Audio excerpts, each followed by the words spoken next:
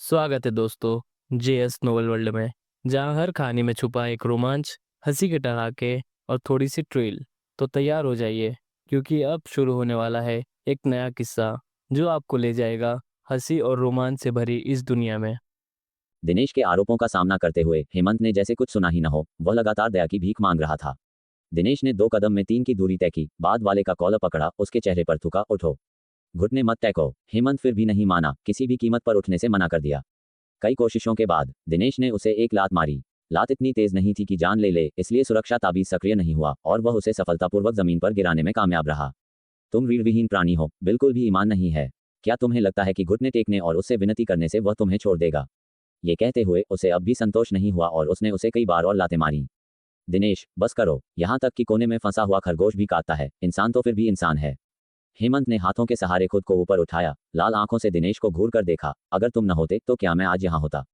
तुमने मुझे ये भयानक नियति दी और मैंने तुमसे शिकायत तक नहीं की, फिर भी तुम मुझे धकेले जा रहे हो। हिम्मत की बात करते हो। हम, क्या तुम इस शब्द का इस्तेमाल करने लायक भी हो? क्यों नहीं होऊंगा? दिनेश इतना क्रोधित हुआ कि वह सामने वाले व्यक्ति को मार देना चाहता था।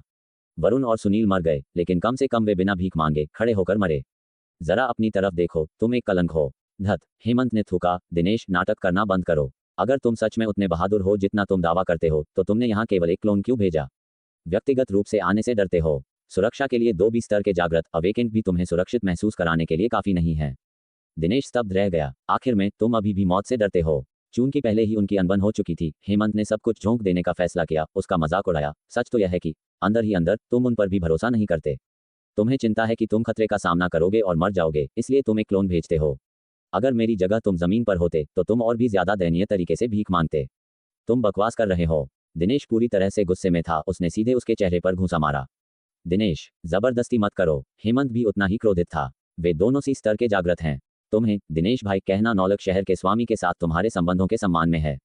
दिनेश दूसरा घूंसा मारने ही वाला था कि उसने पास में खड़े पार्थ को देखते हुए ठंडी सांस ली। ठीक है, तुम्हें भीख मांगनी है तो जाओ, भीख मांगो। मैं देखना चाहूंगा कि क्या वह तुम्हें छोड़ देगा। फिर उसने पार्थ को देखा, द्वेषपूर्ण ढंग से। ठीक है, इस बार तुम जीत गए, लेकिन यह मत सोचना कि यह खत्म हो गया है। भले ही तुम दुनिया के दूसरे छोर तक भाग जाओ, मैं तुम्हें नहीं छोड़ूंगा। उसका ये रुख हेमंत के, जो घुटनों के बल बैठा था, बिल्कुल विपरीत था। पार्थ मुस्कुराया। जो कोई भी स्थिति से अनजान होता, वह शायद दिनेश को एक बहादुर आदमी समझता। हालांकि वह सही था, पार्थ का इरादा वहां मौजूद 4 लोगों में से किसी को भी छोड़ने का नहीं था। यहां तक कि हेमंत भी कोई अपवाद नहीं था। सतह पर हेमंत ने उसके खिलाफ कुछ नहीं किया था, लेकिन मेघा की बहन के पूर्वाभास के अनुसार अगर पार्थ आज सुबह नहीं आता और उन्हें नहीं रोकता, अंबिका नगर में अपनी पहचान उजागर करता, तो सब कुछ खत्म हो जाता और उस सब के लिए जिम्मेदार हेमंत होता। मालिक, कृपया मुझे बख्श दें। अगर आप मुझे जाने देंगे तो मैं आपकी हर बात मानूंगा। हेमंत ने विनती करना जारी रखा। अगले ही पल एक काला खंजर उसके दिल के आर पार हो गया। हेमंत का शरीर धीरे धीरे गिर गया, उसकी आंखें सदमे और पछतावे से खुली रह गईं। वह समझ नहीं पाया कि इतनी दयनीय तरीके से भीख मांगने के बाद भी दूसरी तरफ वाला उसे क्यों नहीं छोड़ रहा था। वह तो बस एक कमजोर आदमी था। अगर समय वापस लौट सकता तो वह कभी भी वरुण के प्रस्ताव पर सहमत नहीं होता। हम मूर्ख, दिनेश मुस्कुराया। पिछली बार अंबिका नगर में घटनास्थल से कोई नहीं बच पाया था। इस बार भी कोई अंतर नहीं होगा। इसलिए भले ही वह नहीं चाहता था कि उसका क्लोन फिर से मरे, वह और शब्द बर्बाद नहीं करेगा। एक बार जब वह वापस जाएगा तो वह निश्चित रूप से अपने करीबी दोस्त नौलख शहर के स्वामी को बताएगा। भले ही कार्रवाई विफल रही, लेकिन उसे यह जानकारी मिली कि पार्थ अंबिका नगर के आसपास हो सकता है, शायद वहीं रह रहा हो। अब केवल पार्थ और दिनेश बचे थे। हम अभी भी खड़े हो? दिनेश ने अधीरता से कहा। मुझे मारना चाहते हो तो कर डालो। मैं तुम्हें बता दूंगा कि अगली बार मैं और लोग लाऊंगा, केवल 2 स्तर के जागृत नहीं। पार्थ ने यह सुनकर माथे पर शिकन डाली। दिनेश ये देखकर अत्यधिक प्रसन्न हुआ। क्या वह आखिरकार डर गया? हाँ, जरूर, 2 स्तर के जागृत। हालांकि उन्हें मारना आसान लगा, लेकिन इसमें निश्चित रूप से भारी कीमत लगी होगी, शायद चोटें भी लगी हों, हालांकि अभी दिखाई नहीं दे रही हैं। अगर वह अगली बार अपने भाइयों को ला सकता है, कम से कम 10-20 स्तर के जागृत, तो इस स्तर के जागृत को भी दोबारा सोचना पड़ेगा। इससे डरना कोई आश्चर्य की बात नहीं है।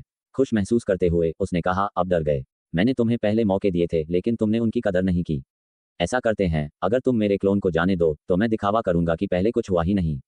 सौदा मंजूर है? सच में? पार्थ ने पूछा। बेशक, तुम नौलख शहर में पुष्टि कर सकते हो। मैं, दिनेश, कभी वादा नहीं तोड़ता। दिनेश ने ठंडी सांस ली।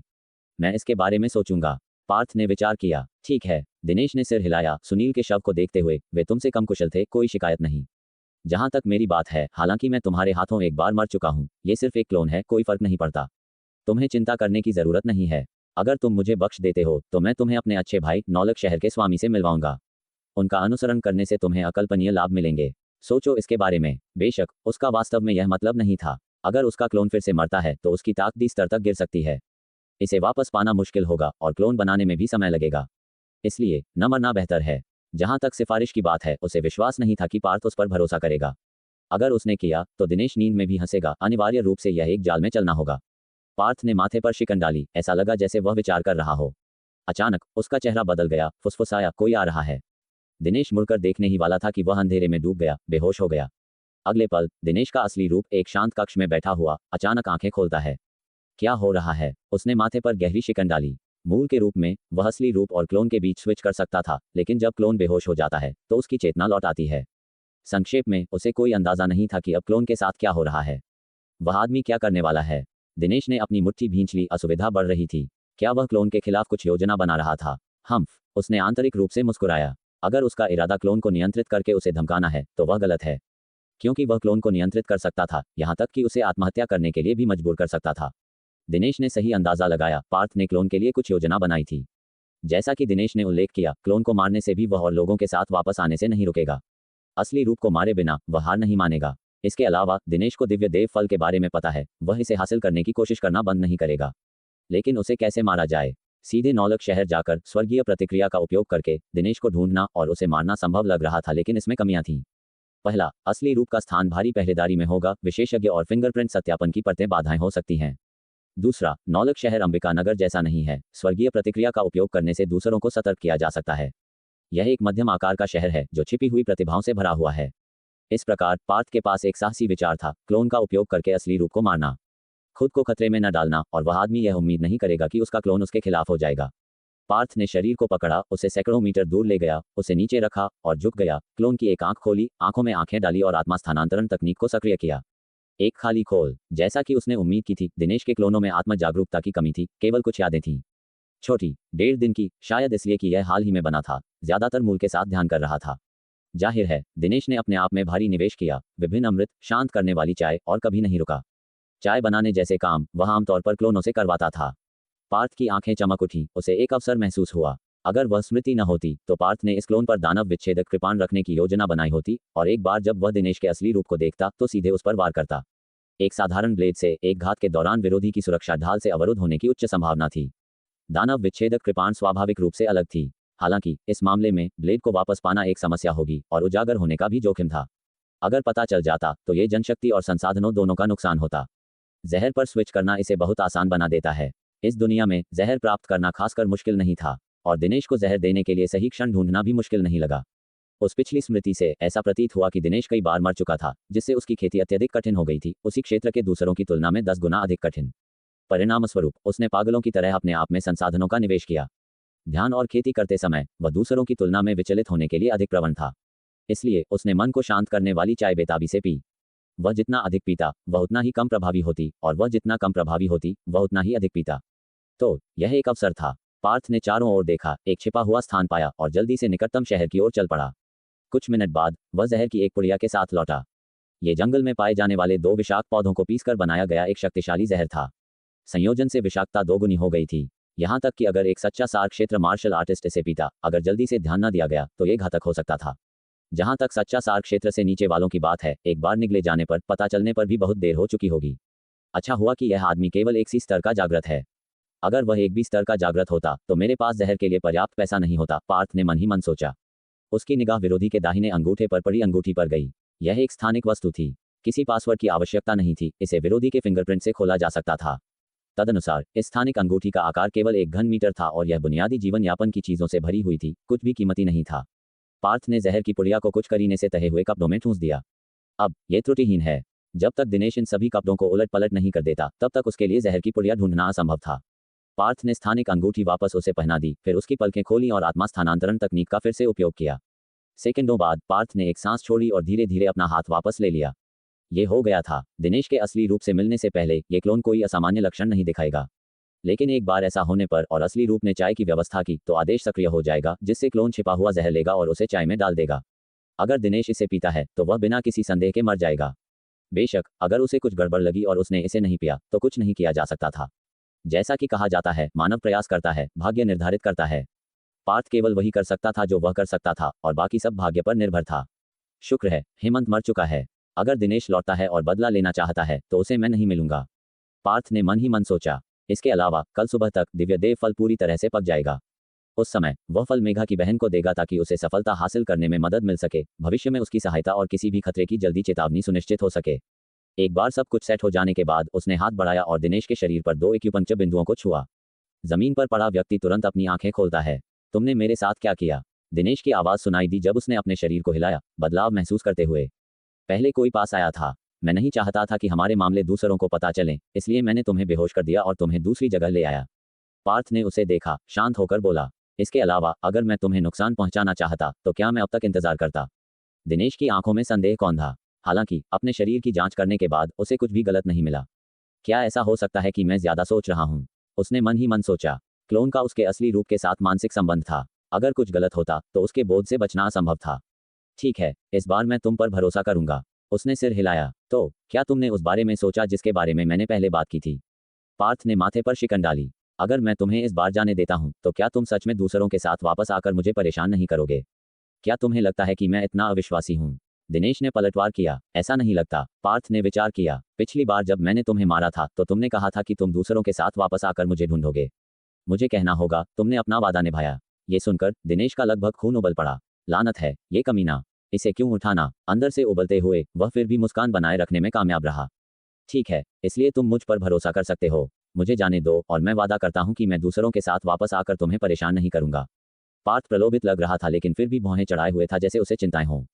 दोस्त, तुम क्यों हिचकिचा रहे हो? दिनेश ने आग्रह किया। मैंने इतनी बात कही है, क्या तुम मुझ पर विश्वास नहीं करते? ऐसा करते हैं, पार्थ ने सुझाव दिया। कसम खाओ कि अगर तुम वापस आते हो तो तुम दूसरों को लेकर मुझे परेशान नहीं करोगे। अगर तुम ऐसा करते हो तो मैं तुम्हें जाने दूंगा, अन्यथा मैं तुम्हारे शब्दों पर भरोसा नहीं कर सकता। कसम? दिनेश चौंक गया, उसे अचानक पकड़ा गया। हाँ, पार्थ ने जोर से सिर हिलाया। अगर तुम कसम खाते हो तो मैं तुम पर विश्वास करूंगा। उसे ध्यान से घूरते हुए पार्थ ने दिनेश के साथ आंखें मिलाईं।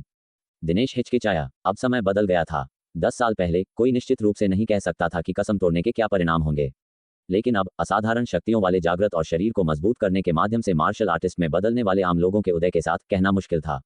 हालांकि सामने वाला उग्र आदमी ब्लेड पकड़े हुए उसे धमकी भरे अंदाज में घूर रहा था।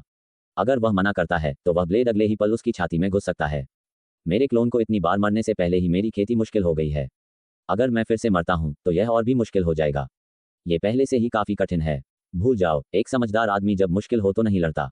मैं बदले के बारे में बाद में चिंता करूंगा। जल्दी से फायदे और नुकसान का हिसाब लगाते हुए दिनेश ने अपना हाथ उठाया। मैं, दिनेश, आसमान की कसम खाता हूं, अगर मेरा दोस्त यहां मुझे बख्शता है और मुझे नॉलेज शहर में सुरक्षित लौटने देता है तो मैं वादा करता हूं कि किसी को भी लाकर उसे परेशान नहीं करूंगा। अगर मैं इस कसम को तोड़ता हूं तो मेरी दयनीय मौत हो। कसम खाने के बाद उसने धीरे धीरे अपना हाथ नीचे किया। संतुष्ट हो मेरे दोस्त? हम, पार्थ ने सिर हिलाया, अपना ब्लेड म्यान में डाल दिया। तुम अब जा सकते हो, लेकिन मुझे उम्मीद है कि तुम अपनी कसम रखोगे, वरना ये किसी के लिए भी ठीक नहीं होगा। बेशक, बेशक। राहत महसूस करते हुए दिनेश खड़ा हो गया। दोस्त, निश्चिंत रहो, चूंकि मैंने कसम खाई है मैं इसे नहीं तोड़ूंगा, वरना मैं खुद अपना सबसे बड़ा दुश्मन बन जाऊंगा। वह हंसा। आंतरिक रूप से उसने सोचा, मैं बस किसी और को तुम्हें संभालने के लिए कहूंगा। इस तरह मैं कोई वादा नहीं तोड़ूंगा। फिर भी उसने बहुत जल्दी खुश होने की हिम्मत नहीं की। किसे पता था कि सामने वाला आदमी अचानक अपना मन बदल देगा और उसे मार देगा। दोस्त, अगर बस यही है तो क्या मैं विदा लूं? उसने हिचकिचाते हुए पूछा। हम, पार्थ ने उसे जाने का इशारा किया। ठीक है, मैं चलता हूं। दिनेश अत्यधिक प्रसन्न हुआ, लगभग भाग जाना चाहता था। हालांकि विवेक ने उसे स्थिर रखा और उसने यहां तक कि शांति का प्रस्ताव भी दिया। दोस्त, मेरा पिछला प्रस्ताव अभी भी लागू है। तुम्हारी ताकत के साथ अगर तुम नौलख शहर आते हो तो शहर के स्वामी द्वारा तुम्हारा जरूर मूल्यांकन किया जाएगा। जब भी तुम आने का फैसला करो, मैं, दिनेश, तुम्हारा खुले हाथों से स्वागत करूंगा। देखते हैं, पार्थ ने लापरवाही से जवाब दिया। बहुत अच्छा, फिर अलविदा, और अगर भाग्य ने चाहा तो हम फिर मिलेंगे। दिनेश ने हाथ जोड़कर विदा ली और चला गया। वह जितनी तेजी से आया था उससे बहुत धीमी गति से चला। कुछ मील के बाद वह जितनी तेजी से दौड़ सकता था दौड़ने लगा। कई मिनटों तक दौड़ने और कई लोगों से मिलने के बाद उसने आखिरकार धीमा किया और पीछे की ओर देखा। आखिरकार उस आदमी के चंगुल से बच निकला। वह हाँफ रहा था, उसकी पीठ पसीने से तर थी, कमजोर घुटनों के कारण लगभग गिर गया था। बिल्कुल भयानक। 2B स्तर के जागृत, जो कमांडर स्तर के भयंकर जानवरों से लड़ने में सक्षम थे, उस आदमी ने एक ही बार में हरा दिए। और वह 25 मीटर लंबी तलवार की हुई। यहाँ तक कि एक शीर्ष स्तर का कमांडर स्तर का भयंकर जानवर भी उससे 2 हिस्सों में कट सकता है ना? मुझे भाई सौरभ हेलों को बुलाना होगा। केवल वह एक टीम के साथ उस आदमी को मार सकता है। दिनेश की आंखें तीव्र हत्या की मंशा से भरी हुई थीं। क्या मजाक है? उसके क्लोन को मारना उसे मारने जैसा है। वह उसका कट्टर दुश्मन है। वह उसे इतनी आसानी से कैसे जाने दे सकता है? खासकर दिव्य देव फल अंबिकानगर के पास होने के कारण वह इसे किसी भी कीमत पर नहीं छोड़ेगा। मुझे नहीं पता कि जब मैं बेहोश था तो उस आदमी ने मेरे साथ क्या किया, लेकिन जांच करने पर मुझे कुछ नहीं मिला। मुझे लगता है कि वापस जाकर अच्छी तरह से निरीक्षण करना होगा। ये कहकर वह पूरी ताकत से नौलख शहर की ओर दौड़ा। 100 मील दूर पार्थ वहीं खड़ा था, उसके होंठों पर एक ठंडी मुस्कान थी। ये दिनेश उतना शांत नहीं था जितना वह दिखता था। एक बार जब वह उसकी नज़र से ओझल हो गया तो वह चाहता था कि उसके पास तेजी से दौड़ने के लिए और पैर हों। क्या उसे लगा कि अगर पार्थ वास्तव में उसे मारना चाहता था तो तेजी से दौड़ना मायने रखेगा? जहां तक कसम की बात है, वह तो बस उसकी चौकसी कम करने के लिए थी। मुझे उम्मीद है कि वह क्लोन निराश नहीं करेगा। पार्थ ने खुद से फुसफुसाते हुए दिनेश के जाते हुए दिशा को देखा। अंबिका नगर में हलचल। अंबिका नगर जागृतों के एक समूह के मार्गदर्शन में स्थानांतरण प्रक्रिया व्यवस्थित तरीके से चल रही थी। जो लोग अपना सामान ले जा रहे थे अपने परिवारों को साथ लिए, उन सभी के चेहरे पर मुस्कान थी और वे बुजुर्ग फनींद्र की प्रशंसा से भरे हुए थे। इसके विपरीत सड़क के दोनों ओर खड़े निवासियों के चेहरे पर अंधेरा छा गया। उनकी शत्रुतापूर्ण घूरने इन नवागंतुकों पर टिकी हुई थीं। उन्होंने शहर में जगह बनाने के लिए एक भारी कीमत चुकाई थी, लेकिन ये बाहरी लोग, वे मुफ्त में अंदर आ रहे थे। ये न्याय कैसे है? पास ही किसी ने हेमंत के कान में फुसफुसाया, अध्यक्ष, ऐसा लगता है कि शहर के लोग खुश नहीं हैं। हम, हेमंत ने सिर हिलाया। हालांकि शहर के निवासियों के मजबूत विचार थे, वे उनकी उपस्थिति में सार्वजनिक रूप से कार्य करने की हिम्मत नहीं करेंगे। लेकिन निजी तौर पर क्या हो सकता है, ये कहना मुश्किल है। दरअसल वह इन साधारण लोगों के जीवन की परवाह नहीं करता था। अगर उनमें से और मर गए तो क्या फर्क पड़ेगा? हालांकि अगर शहर की सुरक्षा से समझौता किया गया तो यह उसके नेतृत्व पर बुरा असर डालेगा और उसे अध्यक्ष को समझाना मुश्किल होगा। अगले ही पल उसकी आंखों में एक ठंडी चमक कौंधी और उसने कहा, बात फैला दो, चाहे वे मूल निवासी हो या नया आगंतुक, जो कोई भी परेशानी पैदा करेगा उसे बिना दया के मार दिया जाएगा। समझ गया, कई जागृतों ने तुरंत जवाब दिया। बज बज बज। हेमंत की जेब में फोन थरथराया। हेमंत ने फोन निकाला और जब उसने स्क्रीन पर नाम देखा तो उसके चेहरे पर आश्चर्य का भाव आ गया। यह विनोद का फोन था। वह मुझे क्यों बुला रहा है? हेमंत ने भौहें चढ़ाई लेकिन कॉल का जवाब दिया। नमस्ते अध्यक्ष हेमंत, मैं हूं। विनोद हंसा। मुझे उम्मीद है कि मैं आपके काम में बाधा नहीं डाल रहा हूं, अध्यक्ष हेमंत। कोई बात नहीं। हेमंत ने राहत की सांस ली। उसका लहजा थोड़ा नर्म हो गया और उसने पूछा, भाई विनोद, तुम अचानक मुझे क्यों बुला रहे हो? मेरे पास कुछ महत्वपूर्ण है, विनोद ने कहा। कुछ महत्वपूर्ण? हेमंत ने संदेह से पूछा। क्या है? अध्यक्ष हेमंत, इस पर व्यक्तिगत रूप से चर्चा करना सबसे अच्छा है। विनोद ने अपनी आवाज धीमी की। तारांकन, यह अंबिकानगर की सुरक्षा और आपकी सुरक्षा से भी संबंधित है। कृपया जल्द से जल्द आइए। अंबिकानगर की सुरक्षा और मेरी अपनी सुरक्षा। हेमंत का भाव तुरंत बदल गया और उसने जल्दी से पूछा, क्या तुम मुझे फोन पर नहीं बता सकते? विनोद ने मजेदार मुस्कान दी। अध्यक्ष हेमंत, ये बहुत जटिल है और इसे कुछ शब्दों में नहीं समझाया जा सकता। आमने सामने बात करना सबसे अच्छा है। वह रुका, फिर जोड़ा, अध्यक्ष हेमंत, एक बार जब आप सुनेंगे कि मुझे क्या कहना है तो आप समझेंगे कि व्यक्तिगत रूप से आना कितना महत्वपूर्ण है। ठीक है, मैं अभी आता हूँ। संक्षेप में विचार करने के बाद हेमंत सहमत हो गया। एहतियात हमेशा बेहतर होता है। तुम लोग यहीं रुको और नजर रखो, मुझे जल्दी से एक यात्रा करनी है। जैसे ही ये शब्द गिरे, इससे पहले कि दूसरे प्रतिक्रिया कर पाते, वह नजर से ओझल हो गया। कई जागृतों ने भ्रम में एक दूसरे को देखा। क्या हुआ? अध्यक्ष कहाँ गए? शायद कुछ अत्यावश्यक है। चूंकि उन्होंने हमें नजर रखने के लिए कहा है, हम बस यहीं रुकेंगे और ऐसा करेंगे। हाँ, शायद उन्हें बुजुर्ग फनींद्र का फोन आया और उन्हें जल्दी वापस जाना पड़ा। ये संभव है। उनमें से किसी ने भी ज्यादा सोचा नहीं। इस बीच हेमंत पहले ही विनोद के घर के नीचे प्रकट हो चुका था। भाई विनोद, उसने ऊपर की ओर आवाज लगाई। अध्यक्ष हेमंत। विनोद पहली मंजिल पर रहने वाले कमरे से बाहर निकला। अध्यक्ष हेमंत, कृपया अंदर आइए। ठीक है। हेमंत ने ज्यादा नहीं सोचा और उसके पीछे पीछे अंदर चला गया।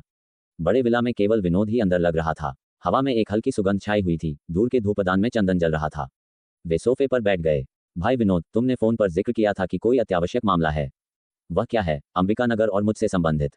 हेमंत ने बैठते ही अधीरता से पूछा। वह सही है, विनोद ने कहा, उनके सामने कपों में पानी डालते हुए। अध्यक्ष हेमंत, आप आज सुबह से थके हुए होंगे, पहले कुछ पानी पीजिए। मुझे प्यास नहीं है। हेमंत ने कप को एक तरफ धकेल दिया, आग्रह करते हुए। भाई विनोद, यह जरूरी है। कृपया मुझे बताओ, मामला क्या है? विनोद मुस्कुराया। उसने पहले ही अनुमान लगा लिया था कि दूसरा व्यक्ति चाय नहीं पिएगा, इसलिए उसने उसमें कोई छेड़छाड़ नहीं की थी। अजीब बात चंदन थी। ये साधारण धूप नहीं थी। एक बार सांस लेने पर यह एक व्यक्ति को स्थिर कर सकती थी, उन्हें हिलने डुलने में असमर्थ बना सकती थी और तात्कालिक टेलीपोर्टेशन वस्तुओं को अनयूजेबल बना सकती थी। हालांकि सस्ता था, लेकिन असर करने में कुछ समय लगता था। ठीक है, चूंकि अध्यक्ष हेमंत ने पूछा है, मैं आपको बताऊंगा। कृपया बताइए। हेमंत चौकन्ना हो गया, तनाव में दिख रहा था। आखिरकार विनोद चेतन का भाई था और शायद ऐसी बातें जानता हो जो वे नहीं जानते थे। अध्यक्ष हेमंत, मैंने देखा कि आपने आज शहर के बाहर के लोगों को अंदर आने दिया, है ना? हेमंत ने थोड़ा माथे पर शिकन डाली। हमने आपको इसके बारे में कल सूचित किया था, है ना? विनोद ने सिर हिलाया। अध्यक्ष हेमंत, क्या आप जानते हैं कि इसके क्या परिणाम हो सकते हैं? क्या परिणाम? हेमंत ने सहज रूप से पूछा। शहर में अफरा तफरी, जिससे अंबिकानगर अंदर से ही ढह जाएगा। हेमंत ने खाली निगाह से उसे घूर कर देखा। क्या विनोद का तथाकथित महत्वपूर्ण मामला यही हो सकता है? क्या आपको विश्वास नहीं है? अध्यक्ष हेमंत। विनोद मुस्कुराया। सोचिए इसके बारे में, अध्यक्ष हेमंत। बाहर के उन लोगों ने अंदर आने के लिए कुछ भी भुगतान नहीं किया। आपको क्या लगता है कि मूल निवासियों को कैसा महसूस होगा? क्या आपको लगता है कि वे बस इसे स्वीकार कर लेंगे? हो सकता है कि अल्पकालिक में कुछ न हो, लेकिन छोटे मोटे दैनिक घर्षण जमा होते जाएंगे और आखिरकार एक आपदा का कारण बनेंगे। उन लोगों में कई साधारण लोग हैं, लेकिन कुछ मार्शल आर्टिस्ट भी हैं। अगर कोई बड़ा संघर्ष छिड़ता है तो ये हजारों, यहाँ तक कि लाखों लोगों को शामिल करने वाली लड़ाई होगी। इसे हल्के में नहीं लिया जा सकता, अध्यक्ष हेमंत। हेमंत ने सिर हिलाया। उसे मानना पड़ा, दूसरे पक्ष ने जो कहा वह तर्कसंगत था। भले ही उसने परेशानी के खिलाफ आदेश दिया, छोटे मोटे संघर्षों से खून खराबा होना मुश्किल होगा। समय के साथ ऐसे टकराव एक बड़ी चीज में बदल सकते हैं। लेकिन तो क्या, सर्वनाश में सबसे प्रचुर संसाधन साधारण लोग थे। भले ही शहर के हजारों नागरिकों का सफाया हो जाए तो क्या, कुछ ही महीनों में नए लोग फिर से शहर को भर देंगे। भाई विनोद, मुद्दे पर आओ। हेमंत ने माथे पर शिकन डाली। अगर उसे यहाँ सिर्फ इस बारे में बात करने के लिए बुलाया गया था तो उसे लगा कि अब और रुकने की जरूरत नहीं है। अध्यक्ष हेमंत, उपरोक्त मुद्दा ही वह है जिसका मेरा मतलब अंबिका नगर से संबंधित प्रमुख मुद्दा था। अब मैं आपकी सुरक्षा से संबंधित मामले पर चर्चा करना चाहता हूं। मुझे उम्मीद है कि आप इसे ध्यान से सुनेंगे। विनोद ने चारों ओर देखा। ठीक है, आगे बढ़ो। हेमंत ने सिर हिलाया। अध्यक्ष हेमंत, क्या आपको यह एहसास नहीं है कि उस ली उपनाम वाले आदमी के लिए ये काम करने से आपका जीवन खतरे में पड़ गया है? विनोद का लहजा बदल गया। निश्चित रूप से, ये सुनकर हेमंत का चेहरा पीला पड़ गया। भाई विनोद, कृपया साफ साफ बोलिए। अध्यक्ष हेमंत, वही व्यक्ति स्पष्ट रूप से एक अत्याचारी है जो अपनी अच्छी प्रतिष्ठा के लिए अंबिका नगर में सभी को नाराज करने को तैयार है। बाहरी लोगों के अलावा शहर में कौन है जो उससे घृणा नहीं करता? ये सच तो है। हेमंत ने एक लाचार मुस्कान दिखाई। विनोद परिवार जैसे जागृतों से लेकर शहर के मार्शल आर्टिस्टों, साधारण निवासियों, यहाँ तक कि बच्चों तक, हर कोई शायद बुजुर्ग फनींद्र को अपने दिल में कोस रहा होगा। उससे कई लोग नफरत करते थे। तो अध्यक्ष हेमंत, जैसा कि आप समझते हैं, एक ऐसा आदमी जिससे हर कोई नफरत करता है, उसे भयानक परिणाम भुगतने पड़ते हैं। आप उसके सहयोगी के रूप में भी अछूते नहीं रहेंगे। भाई विनोद, तुम्हारे शब्द थोड़े अतिरंजित लगते हैं। हेमंत मुस्कुराया और सिर हिलाया। हालांकि अध्यक्ष के कार्यों ने वास्तव में अधिकांश शहर निवासियों को नाराज किया है, फिर भी उसके समर्थक हैं, है ना?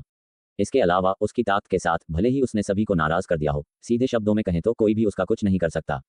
क्या तुम गारंटी दे सकते हो कि जब कोई उसे अभी नहीं छू सकता तो वह भविष्य अपरिवर्तित रहेगा? विनोद ने दांत पीसे। एक महान महत्वाकांक्षा की भावना उठी, क्योंकि उसे विश्वास था कि वह व्यक्ति हो सकता है जो उसली के भाग्य का प्रबंधन करे। हेमंत स्तब्ध रह गया। अध्यक्ष हेमंत, अगर ऐसा दिन आता है तो क्या आपको लगता है कि आप उसके गुर्गे के रूप में अछूते बच सकते हैं? बेतुका, बस बेतुका, हेमंत ने कहा। विनोद, मैंने सोचा था कि तुमने मुझे कुछ महत्वपूर्ण साझा करने के लिए बुलाया है, लेकिन ये तो बस इस बारे में बात कर रहा है। उसने आह भरी। मुझे पता है कि तुम अध्यक्ष के प्रति द्वेष रखते हो, लेकिन उसने तुम्हारे साथ काफी ईमानदारी से व्यवहार किया है। क्या तुमने ध्यान नहीं दिया? उसने वह जमीन जो तुमसे ली थी, दूसरों को दे दी है।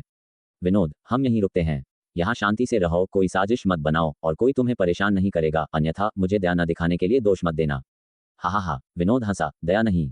हेमंत, क्या तुमने कल दया दिखाई थी जब तुमने हमें ढूंढा था?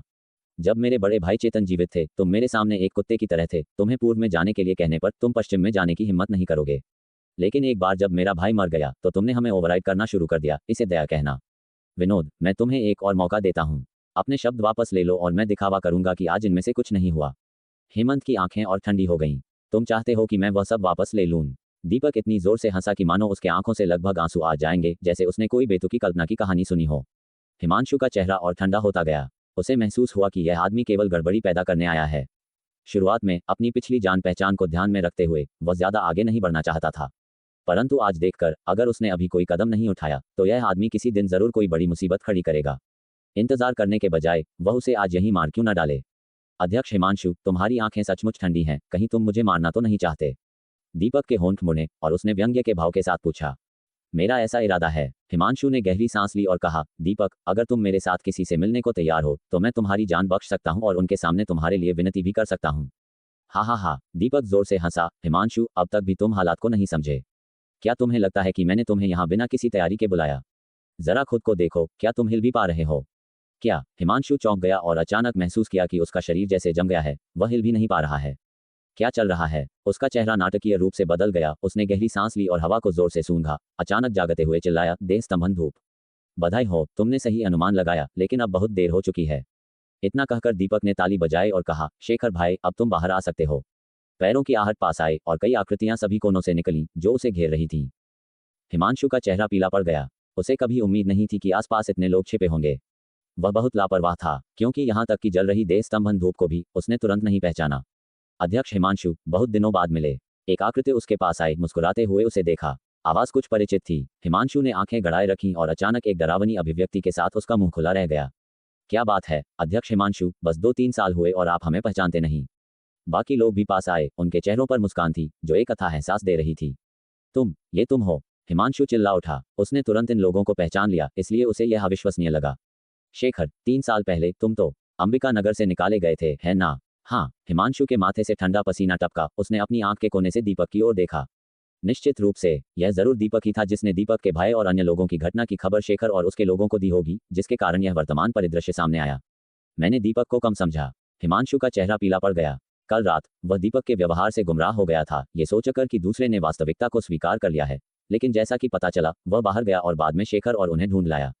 फिर उन्होंने उसके लिए एक जाल बिछाया।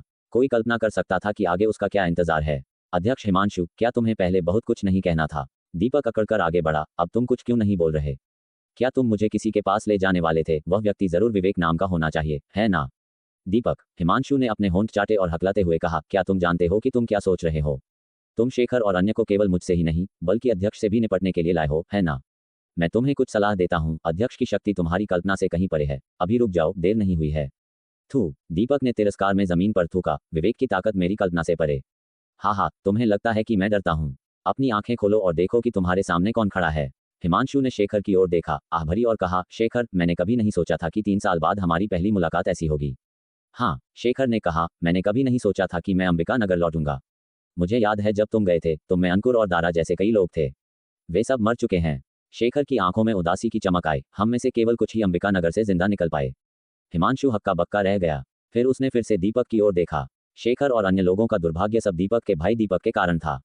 तार्किक रूप से शेखर और उसके दोस्तों को दीपक से हड्डी तक नफरत होनी चाहिए, लेकिन अब उन्होंने हाथ मिला लिया था। ऐसा लगा जैसे पुरानी कहावत सच थी, कोई शाश्वत दुश्मन नहीं होते, केवल शाश्वत हित होते हैं। इसके बावजूद उसकी जीवित रहने की इच्छा ने उसे उन्हें समझाने की कोशिश करने का निर्णय लेने दिया। शेखर, तुम इस बार अध्यक्ष से निपटने और अंबिका नगर को वापस लेने आए हो, है ना?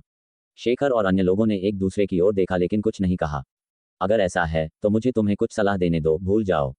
हिमांशु ने कड़वाहट भरी मुस्कान दी। हमारे अध्यक्ष का नाम विवेक है। वह एक निर्दयी शख्सियत हैं। सी स्तरीय जागृतों की तो बात ही छोड़ो, यहाँ तक कि शीर्ष स्तरीय कुलीन स्तरीय भयंकर जानवर भी बिना किसी खरोंच के मारे जाते हैं। इन वर्षों में तुम सबकी शक्ति में सुधार हुआ होगा, लेकिन क्या तुम उन्हें हरा सकते हो? यह एक बहुत बड़ा अज्ञात है। हिमांशु, दीपक ने उसे बीच में रोका, हमें डराना बंद करो। क्या तुम्हें लगता है कि हम तुम्हारे बकवास पर विश्वास करेंगे? हिमांशु, हमारी पिछली जान पहचान के लिए मैं तुम्हें जीने का एक मौका दे सकता हूँ। अपने जीवन की भीख मांगो और मैं तुम्हें जाने दूंगा, कैसा रहेगा? उसकी आंखों में मजाक भरा था, जैसे कह रहा हो, हिमांशु, कभी नहीं सोचा था कि पासा इतनी जल्दी पलट जाएगा, है ना? बेशक वह हिमांशु को किसी भी तरह से जीवित नहीं रहने देगा। वह इस आदमी को टुकड़ों में फाड़ने के अलावा और कुछ नहीं चाहता था, इसलिए वह उसे मारने से पहले हिमांशु को शर्मिंदा करना चाहता था। दीपक, तुम सचमुच घिनौने हो। हिमांशु ने दांत पीसे। अगर उसे पता होता कि यह नौबत आएगी तो वह भविष्य की समस्याओं को रोकने के लिए कल ही इस आदमी को मार देता। तारीफ के लिए धन्यवाद, दीपक ने अकड़कर कहा। पूरे इतिहास में विजेता ही राजा बनता है और हारने वाला अपराधी। साधनों की परवाह किसे है? हिमांशु, बहुत बातें हो गईं, मैं तुम्हें आखिरी मौका देता हूं, दया की भीख मांगो और मैं तुम्हें बख्श दूंगा। अन्यथा मैं तुम्हें मौत से भी बदतर भाग्य का अनुभव कराऊंगा। कई दाढ़ी वाले लोगों ने शेखर की ओर देखा। बाद वाले ने हल्का सा सिर हिलाया। हा, हिमांशु हंसा। दीपक, क्या तुम्हें लगता है कि मैं इतना मूर्ख हूं कि तुम्हारे झूठ पर विश्वास करूं कि अगर मैं दया की भीख मांगता हूं तो मैं बच जाऊंगा? अगर मैं गलत नहीं हूं तो तुम मुझे मारने से पहले अपमानित करना चाहते हो, है ना? दीपक का चेहरा हरे और सफेद रंग के बीच बदल गया। ये देखकर हिमांशु ने ठहाका लगाया। अगर तुम मुझे मारना चाहते हो तो अपना कदम बढ़ाओ, मैं नीचे तुम्हारा इंतजार करूंगा। उसने धीरे धीरे अपनी आंखें बंद कर लीं। हालांकि उसके पास सुरक्षा ताबीज था, लेकिन इसका टूटना केवल समय की बात थी। ठीक है। दीपक की आंखों में दुर्भावना चमक उठी। चूंकि तुम दावत को ठुकरा कर जबरदस्ती पीना चाहते हो तो मुझे असभ्य होने का दोष मत देना। शेखर भाई, उसने शेखर और उसके समूह की ओर देखा, मैं तुम्हें उसे मारने की परेशानी दूंगा, अधिमानतः उसके टुकड़े टुकड़े कर दो। उसे आसानी से मारना बहुत दयालुता होगी।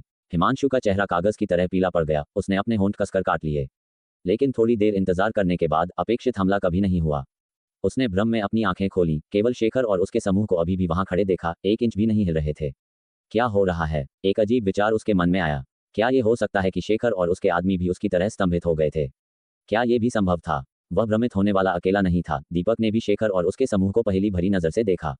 शेखर भाई, बुलावे पर शेखर मुड़ा। दीपक ने राहत की सांस ली और विनम्रता से कहा, लगता है आपने मेरी पिछली बात नहीं सुनी। मैं नहीं, हमने सुना, शेखर ने अचानक कहा, उसे बीच में रोकते हुए। हाँ, न केवल हमने सुना, हमने इसे स्पष्ट रूप से सुना। तुम चाहते हो कि हम उसके टुकड़े टुकड़े कर दें, है ना? बाकी लोग भी मुड़े और एक एक करके बोले। दीपक के दिल में एक बुरा एहसास जागा। उसने अनजाने में सिर हिलाया। हाँ हाँ, उसके पास एक सुरक्षा ताबीज है और मैं इसे अभी नहीं तोड़ सकता, इसलिए मुझे तुम्हारी मदद की जरूरत है। क्षमा करें, हम इसमें मदद नहीं कर सकते। शेखर ने सिर हिलाया। हिमांशु की पुतलियां चौड़ी हो गईं। क्या उसने सही सुना? शेखर और उसके समूह ने दीपक के आदेश को ठुकरा दिया। क्या इसका मतलब यह था कि वे उसे धोखा देने जा रहे थे? हिमांशु का दिल जोर से धड़का। अगर ऐसा था तो क्या वह आज बच नहीं जाएगा? फिर भी उसके एक हिस्से को बेचैनी महसूस हुई। डर था कि यह सिर्फ इच्छाधारी सोच थी। तुम्हारा क्या मतलब है? दीपक घबरा गया। उसकी आवाज कांप रही थी। क्या हम सहमत नहीं थे? मैं हिमांशु को यहाँ लाया, तुम उसे और विवेक को मारोगे और तुम्हें अंबिका नगर मिलेगा। शेखर भाई, क्या तुम भूल गए हो? दीपक, क्या तुमने सचमुच सोचा था कि हम एक ही तरफ थे? शेखर ने ठहाका लगाया। तुम्हारे भाई ने हमें इतना नुकसान पहुंचाया। हम तो तुम्हारी खाल उतारना, तुम्हारी नसें निकालना, तुम्हारा खून पीना और तुम्हारा मांस खाना पसंद करेंगे और तुम्हें लगता है कि हम तुम्हारे साथ सहयोग करेंगे।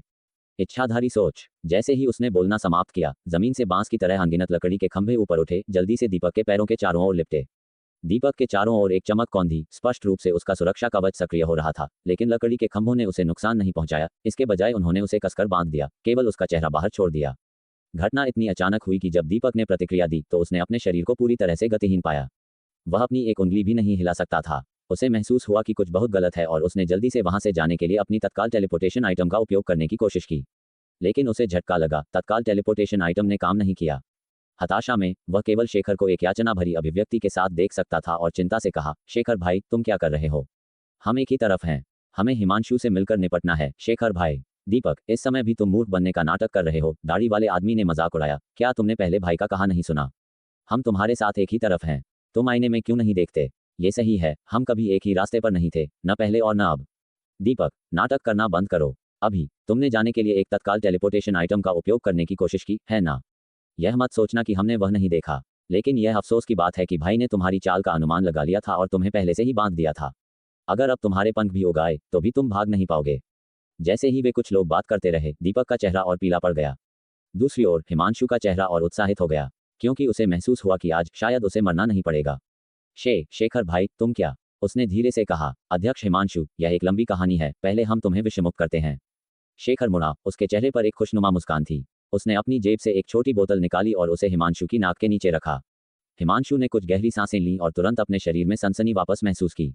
तुम सब। दीपक ने गुस्से से शेखर और अन्य लोगों को घूरा। अगर वह इस पल तक भी नहीं समझ पाया था तो उसका पिछला जीवन बर्बाद हो गया होगा। पर क्यों? उसका दिमाग भ्रम से भर गया था। वर्तमान में हिमांशु निश्चित रूप से एक मरा हुआ आदमी था और उसे मारने के बाद वे जाकर उस अध्यक्ष विवेक को मार सकते थे। उनके दुश्मन खुले में थे जबकि वे छाया में छिपे थे। सफलता की संभावनाएं अधिक थीं। और जब उन्होंने अध्यक्ष विवेक को मार दिया तो क्या पूरा अंबिका नगर अभी भी शेखर के नियंत्रण में नहीं होगा? वह अकेला उनसे कैसे मुकाबला कर सकता था? लेकिन शेखर ने हिमांशु को विषमुक्त करने में मदद की। क्या वे बेवकूफ थे? अध्यक्ष हिमांशु, ये हुआ, शेखर ने मुस्कान के साथ कहा। कल रात इस आदमी ने अचानक मुझे बुलाया, ये कहते हुए कि अंबिका नगर में बदलाव आया है, कि रक्षा बल कमजोर है और वह चाहता था कि हम वापस आ जाएं। पहले मुझे लगा कि यह सच होने के लिए बहुत अच्छा है, लेकिन उसे सुनने के बाद मैं समझा। उसने दीपक की ओर ठंडी नजर डाली और कहा, पता चला वह अध्यक्ष हिमांशु के कार्यों से असंतुष्ट था और उसमें खुद ताकत की कमी थी। इसलिए उसने हमारे बारे में सोचा। उम्मीद थी कि हम तुमसे लड़ेंगे और मरेंगे ताकि वह लाभ उठा सके। ये सच नहीं है। दीपक ने हताश होकर समझाने की कोशिश की। शेखर भाई, मेरा विश्वास करो, मेरा मतलब कभी ऐसा नहीं था। शेखर भाई, चुप रहो। दाढ़ी वाले आदमी ने उसे थप्पड़ मारा। और फिर क्या हुआ? हिमांशु ने पूछा उत्सुकता से देखते हुए। शुरुआत में मेरा इरादा इस मामले में शामिल होने का नहीं था, क्योंकि हम इतने लंबे समय से अंबिका नगर से दूर थे। कोई जरूरत नहीं थी। लेकिन अध्यक्ष विवेक के कामों के बारे में सुनने के बाद मैंने अपना मन बदल लिया। शेखर ने गहरी सांस ली और बाहर देखा। अध्यक्ष विवेक ने दीपक और उसके भाई की जमीनें ली, व्यक्तिगत लाभ के लिए नहीं, बल्कि आम लोगों के लिए। इसने हम भाइयों को उनकी बहुत प्रशंसा करने पर मजबूर किया। हाँ, अध्यक्ष विवेक सचमुच महान है। हम सब के लिए एक आदर्श हैं। अध्यक्ष विवेक के कामों के बारे में सुनने के बाद उनके लिए हमारा प्रशंसा एक नदी की तरह अनंत रूप से बह रही थी, जैसे यमुना नदी अनियंत्रित रूप से बह रही हो। हालांकि हर कोई अध्यक्ष विवेक के नेक इरादों को नहीं समझ सका।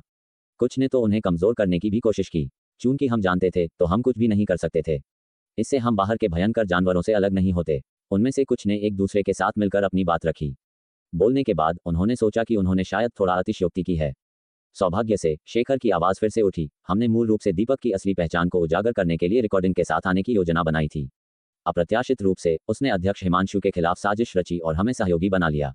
इसलिए हमने नाटक किया, अध्यक्ष विवेक के ठोस सबूत के साथ आने का इंतजार किया, इससे पहले कि हम कार्रवाई करें। हम आपको डराने के लिए माफी मांगते हैं, अध्यक्ष हिमांशु।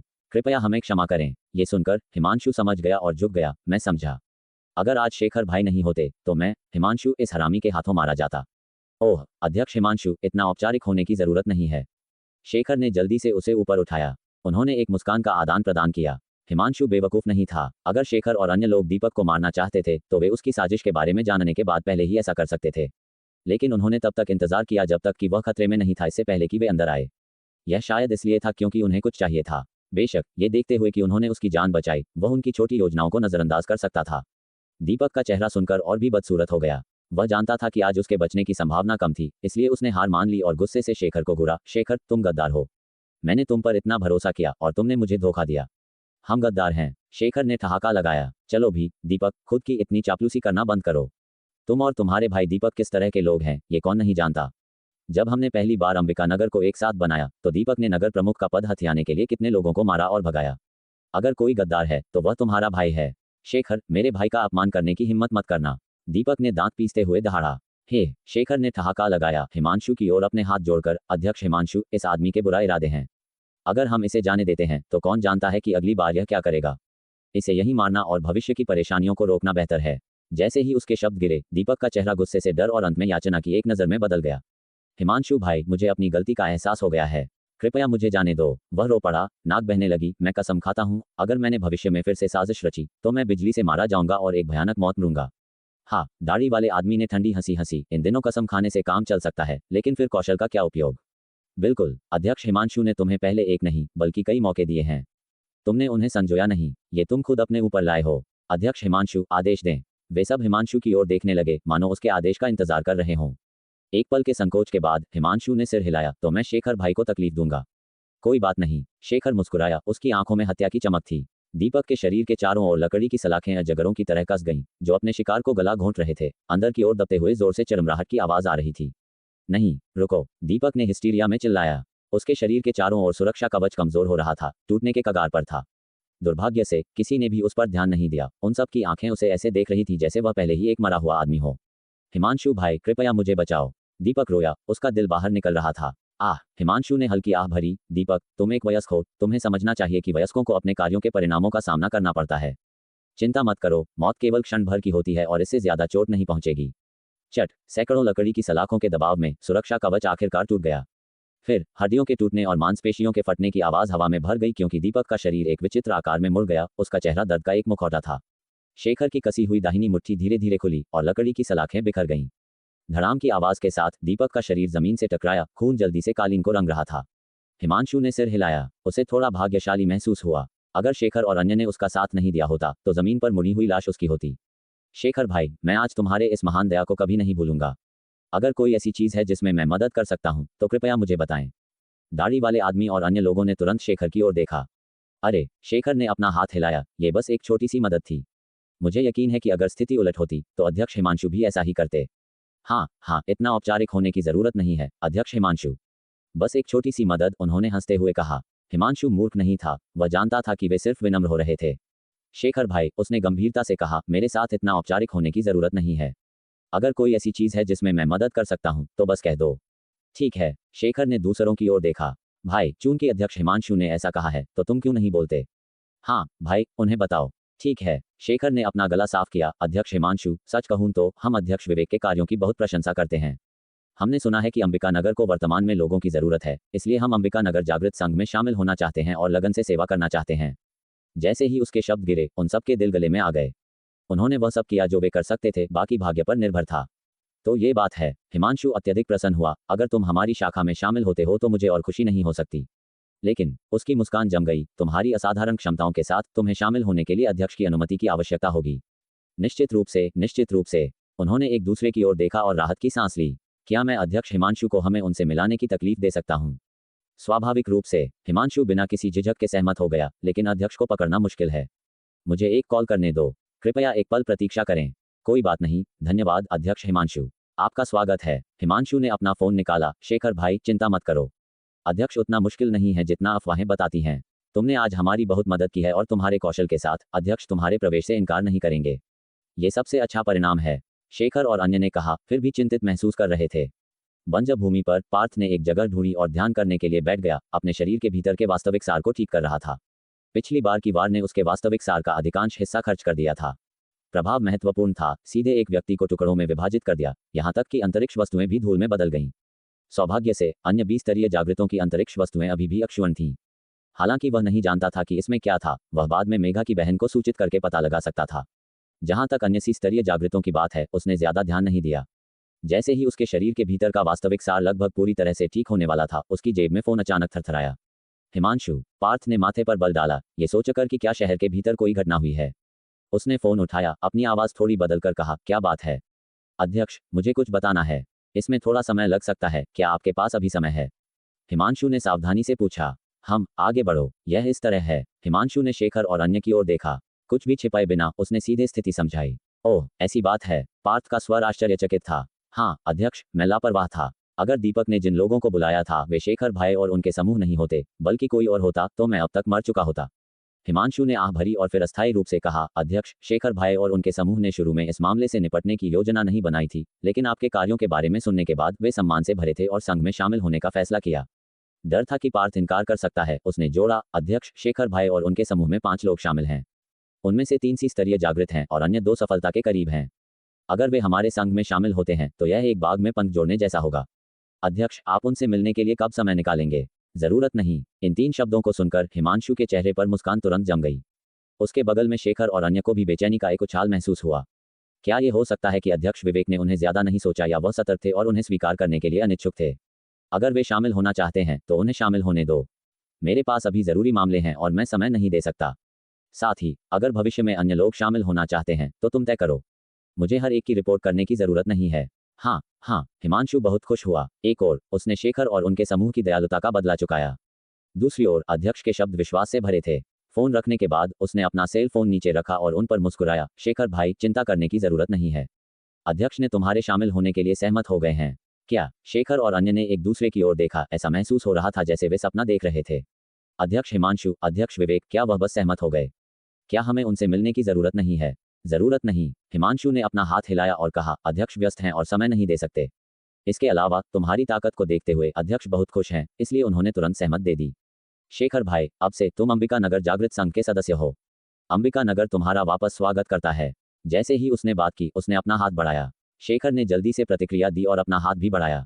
आने से पहले उसने अपने मन में अनगिनत धारणाएं बनाई थीं। उसने अध्यक्ष विवेक से मिलने पर इनकार के मामले में शब्द भी तैयार किए थे। कौन सोच सकता था कि यह इतनी परेशानी नहीं होगी और एक फोन कॉल सब कुछ तय कर देगा। हिमांशु ने अपना हाथ छोड़ा और हंसा। शेखर भाई, खोने का समय नहीं है। जल्दी से अपने परिवार को स्थानांतरित करो। अंबिका नगर को अभी लोगों की जरूरत है, बस तुम्हारे लिए अपनी महत्वाकांक्षाओं को पूरा करने के लिए सही है। निश्चित रहें अध्यक्ष हिमांशु, हम जल्द से जल्द वापस जाकर अपने परिवार को स्थानांतरित करेंगे। उस समय कृपया हमारा ध्यान रखें। शेखर ने अपनी मुठ्ठियां बांधी। शेखर भाई, इतना औपचारिक होने की जरूरत नहीं है। बस मुझे मेरे नाम से बुलाओ। हम सब भाई हैं, अंबिका नगर के भविष्य के लिए एक साथ काम कर रहे हैं। हम। शेखर और अन्य ने भारी सिर हिलाया, अपने चेहरों पर मुस्कान को दबा नहीं पा रहे थे। उनके लिए अंबिका नगर में शामिल होना सबसे कठिन कदम था। आगे बढ़ते हुए, उनकी ताकत को देखते हुए अंबिका नगर के स्तंभ बनने में केवल समय की बात होगी। इस बीच पार्थ ने फोन रखा। उसके मुंह का कोना हल्का सा उठा। खुद से बड़बड़ाया, 3 स्तरीय जागृत, वे सही समय पर आए हैं। अंबिका नगर न तो बहुत बड़ा न बहुत छोटा, 10,000 से अधिक निवासियों वाला, केवल हिमांशु पर निर्भर। प्रबंधन करना वास्तव में मुश्किल था। 3 और स्तरीय जागृतों के साथ ये बहुत आसान होगा। इसके अलावा अगर आसपास के ग्रामीणों को शहर में स्थानांतरित किया जाता है तो स्तरीय जागृतों का होना उच्च स्तरीय भयंकर जानवरों का सामना करने की चिंता कम करेगा और नुकसान को कम करेगा। बेशक अपने गांव को स्थानांतरित करते समय उसे अभी भी दूर से देखना होगा। लगभग समय हो गया, भयंकर जानवरों का शिकार करने का समय है। पार्थ जमीन से उठा। उसकी नजर दूरी पर टिकी थी। उसे अब औषधीय जड़ी बूटियों के बारे में चिंता करने की जरूरत नहीं थी। अपने रसायन क्षेत्र और ऊर्जा सागर को वास्तविक सार से 100% तक भरना केवल समय की बात थी। तुलना में अनुभव अंक प्राप्त करना प्राथमिक कार्य बन गया था। उसने पहले जिन 2 स्तरीय जागृतों को मारा था, उन्होंने प्रत्येक को लगभग 60,000 अनुभव अंक प्रदान किए। पिछले 20,000 जोड़ को जोड़ते हुए यह 150,000 के करीब था। लेकिन यह अभी भी बहुत कम था। एक अकेली स्वर्णिम घंटी ढाल भी पूरी तरह से अपग्रेड नहीं हो सकती थी। जल्द ही अनलॉक होने वाली ड्रैगन एलिफेंट विजडम स्किल, वज्र अविनाशी दिव्य स्किल और आंतरिक शक्ति मुक्केबाजी और मार्शल आर्ट तकनीकों के ढेर का उल्लेख नहीं करना। हालांकि जागृतों को मारने से उच्च अनुभव मिलता है, वह जरूरत न होने तक ऐसा नहीं करना चाहता था। इसलिए अनुभव अंक प्राप्त करने के लिए वह केवल भयंकर जानवरों का शिकार कर सकता था। बेशक अगर उसे काले जादूगरों का सामना करना पड़ा तो उनकी मृत्यु आभा से भरी काली गेंदों को नष्ट करने से भी काफी अनुभव अंक मिलेंगे। दुर्भाग्य से ऐसे अवसर दुर्लभ थे। पार्थ ने अपने शरीर को खींचा, आवाजों की एक श्रृंखला के साथ उसने अपना मूल रूप वापस पा लिया। साथ ही उसके दाहिने हाथ में एक काली युद्ध धनुष दिखाई दी और उसने अपनी पीठ पर 2 मीटर से अधिक तीर उठाए। प्रत्येक तीर एक उगाए आदमी के हाथ जितना मोटा था, जो भयभीत लग रहा था। अगले ही पल उसका शरीर एक मिसाइल की तरह प्रणोदित हुआ, उत्तर की ओर सीटी बजाते हुए। लगभग 10 मिनट बाद अंबिका नगर की रूपरेखा आगे दिखाई दी। पार्थ रुका नहीं, एक विचार के साथ उसने आकाशीय प्रतिक्रिया की दूरी को अधिकतम तक बढ़ाया। शेरवानर और उनमें से 2। पार्थ का मुंह हल्का सा मुड़ गया क्योंकि उसने आकाशीय प्रतिक्रिया की सीमा को बंद कर दिया और जल्दी से 2 शेरवानरों की ओर तेज हो गया। गरज। इस समय 2 लगभग 10 मीटर ऊंचे शेरवानर एक उच्च स्तरीय भयंकर जानवर पर दावत दे रहे थे। दृश्य अत्यंत खूनी था, लेकिन 2 शेरवानर बहुत उत्साहित थे, कभी कभी अपनी छाती पीटते थे और दहाड़ते थे। अचानक दूर से एक हिंसक भनभनाहट की आवाज आई। बाईं ओर का शेरवानर प्रतिक्रिया नहीं दे सका कि इससे पहले क्या हुआ था कि एक तीर ने उसकी छाती को छेद दिया। तीर की शक्तिशाली गतिज ऊर्जा ने उसके शरीर को दर्जनों मीटर पीछे फेंक दिया। एक जोरदार टक्कर के साथ दर्जनों टन का शेरवानर अपनी पीठ पर गिर गया। उसकी छाती में एक मुट्ठी के आकार का खून का छेद था, खून तेजी से बह रहा था। उसकी सांस कमजोर हो रही थी। गरज गरज। दूसरा शेरवानर गुस्से में दहाड़ा, अपने आसपास को स्कैन कर रहा था। ऐसा लग रहा था जैसे वह हमलावर की तलाश कर रहा हो। अचानक एक और ध्वनि बूम गूंज उठी। एक विशाल लौ को इतनी आश्चर्यजनक गति से इस ओर उड़ते हुए देखा। करीब से देखने पर यह लौ नहीं थी, बल्कि उग्र वास्तविक क्यूई से घिरा एक तीर था, जो एक लौ जैसा दिखता था। बूम। एक और जोरदार आवाज। दूसरे शेरवानर की छाती एक मीटर व्यास के छेद के साथ फट गई। एक धड़ाम के साथ यह शेरवानर भी पीछे गिर गया, लेकिन अपने साथी के विपरीत वह तुरंत मर गया। 2 किलोमीटर दूर पार्थ ने अपने हाथ में युद्ध धनुष को देखा, संतुष्टि से सिर हिलाया। कोई आश्चर्य नहीं कि यह टियर 4 अलॉय युद्ध धनुष है। एक अकेला सामान्य शक्ति का तीर आसानी से कुलीन स्तरीय भयंकर जानवरों की रक्षा में घुस सकता है। महत्वपूर्ण धब्बों पर निशाना लगाने से सीधे मारा जा सकता है।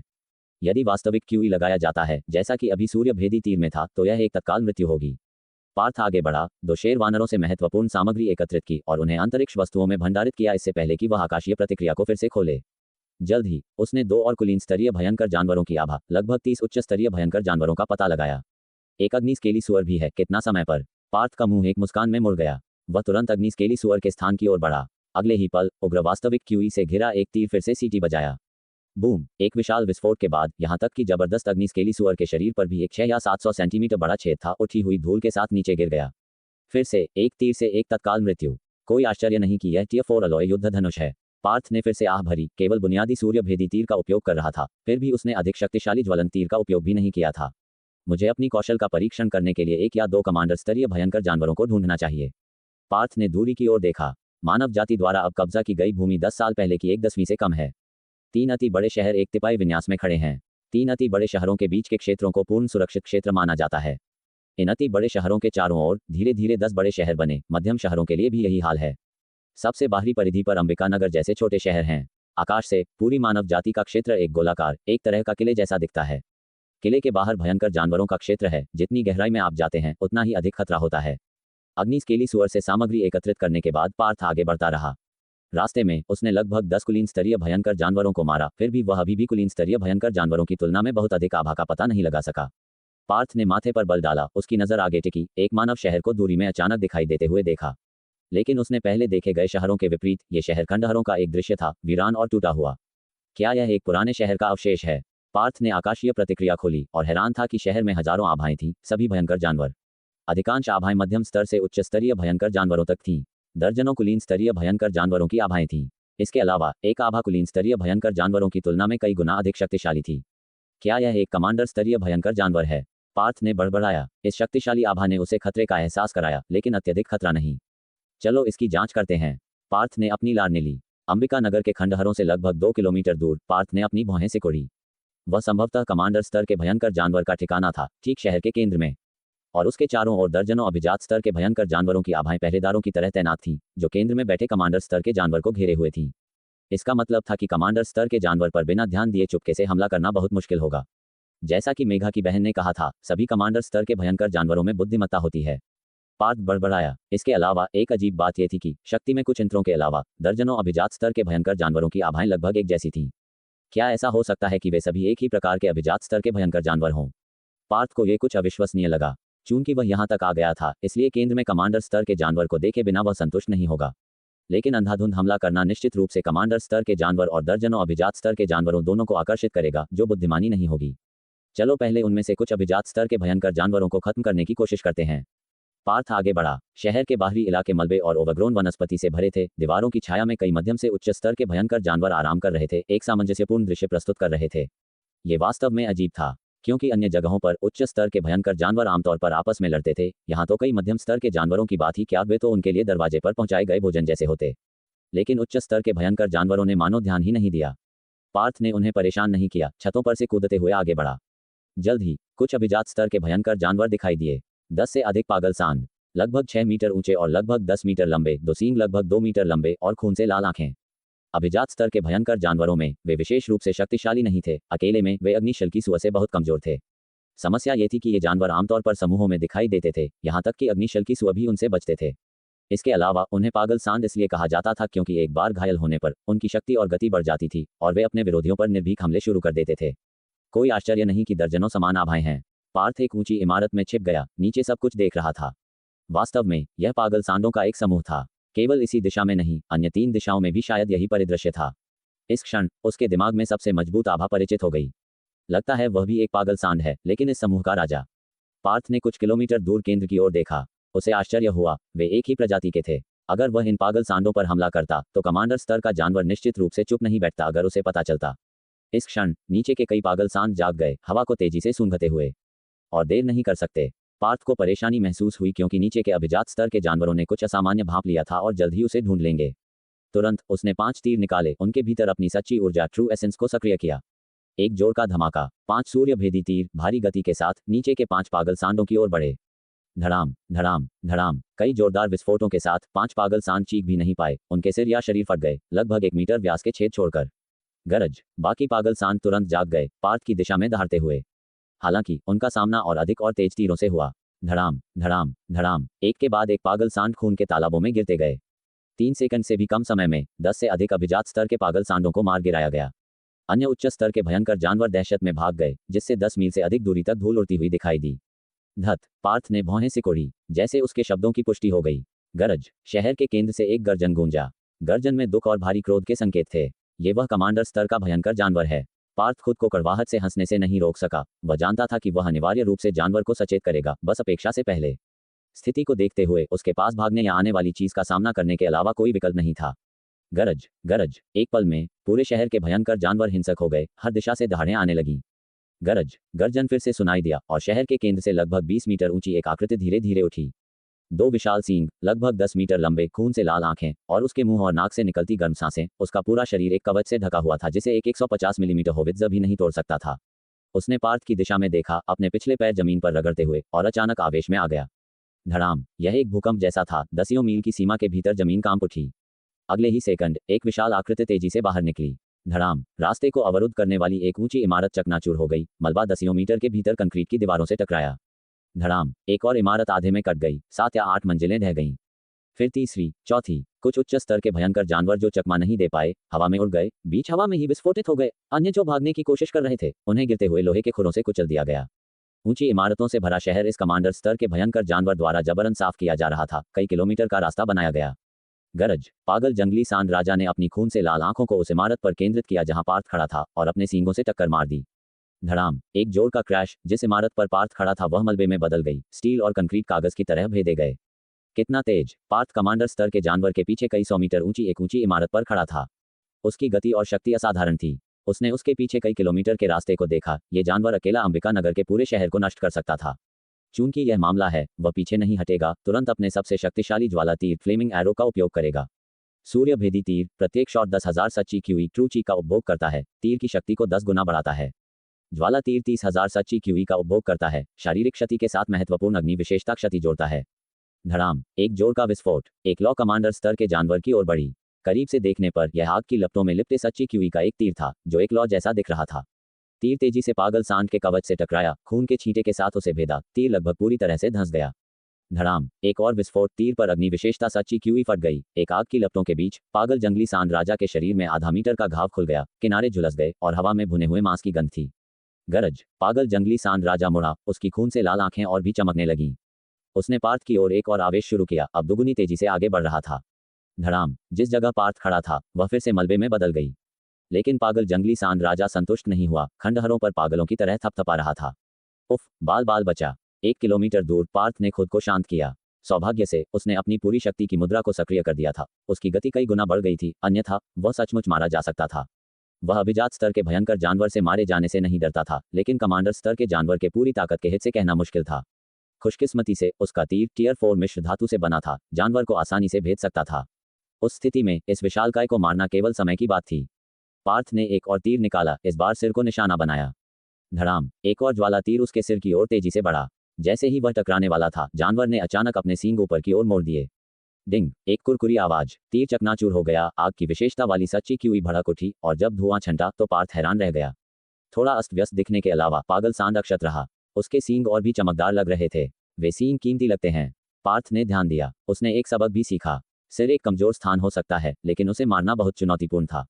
मुझे धीरे धीरे करना होगा, लेकिन उसकी गति मेरी तुलना में तेज नहीं है। वह मुझे चोट नहीं पहुंचा सकता। इसके अलावा ज्वाला तीर प्रति शॉट केवल 300 सच्ची क्यूई का उपभोग करता है। मैं अब लगभग 10 शॉट फायर कर सकता हूं। पार्थ की आकृति धुंधली हो गई। जिस जगह वह खड़ा था वह फिर से चकनाचूर हो गई। 1 किलोमीटर दूर फिर से प्रकट हुआ। अपना धनुष खींचते हुए सच्ची क्यूई को सक्रिय किया। आग की विशेषता वाली सच्ची क्यूई ने तीर को ढक लिया। रिलीज किया। धड़ाम, एक और ज्वाला तीर उड़ गया, जिसका निशाना पैर था। एक हिस के साथ तीर गहराई में धंस गया। तीव्र आग की लपटों के बीच पागल जंगली सांड राजा के पैर और शरीर के बीच का संबंध टूट गया। केवल 5वां हिस्सा बरकरार रहा, बाकी नष्ट हो गया। गरज, पागल जंगली सांड राजा दर्द में दहाड़ा। उसकी आंखों में डर झलक रहा था। उसने दूर की छोटी इकाई पर फिर से हमला करने की हिम्मत नहीं की। हमला करने पर एक पैर खोना निश्चित था, जिससे उसकी ताकत 80% कम हो जाती। तब तो अभिजात स्तर के जानवर भी उस पर हमला कर सकते थे। गरज, गरज, गरज, वह कई बार दहाड़ा। पार्थ को घेरने के लिए पास के अभिजात स्तर के पागल सांडों को बुलाया। वह पीछे हट गया, भागने की योजना बना रहा है।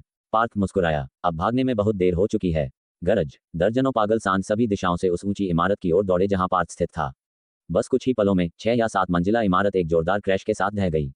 हालांकि पार्थ की आकृति पहले ही कई 100 मीटर दूर दिखाई दे चुकी थी। एक धनुष खींचा हुआ था और एक तीर पागल जंगली सांड राजा के घायल अगले पैर पर लक्षित था।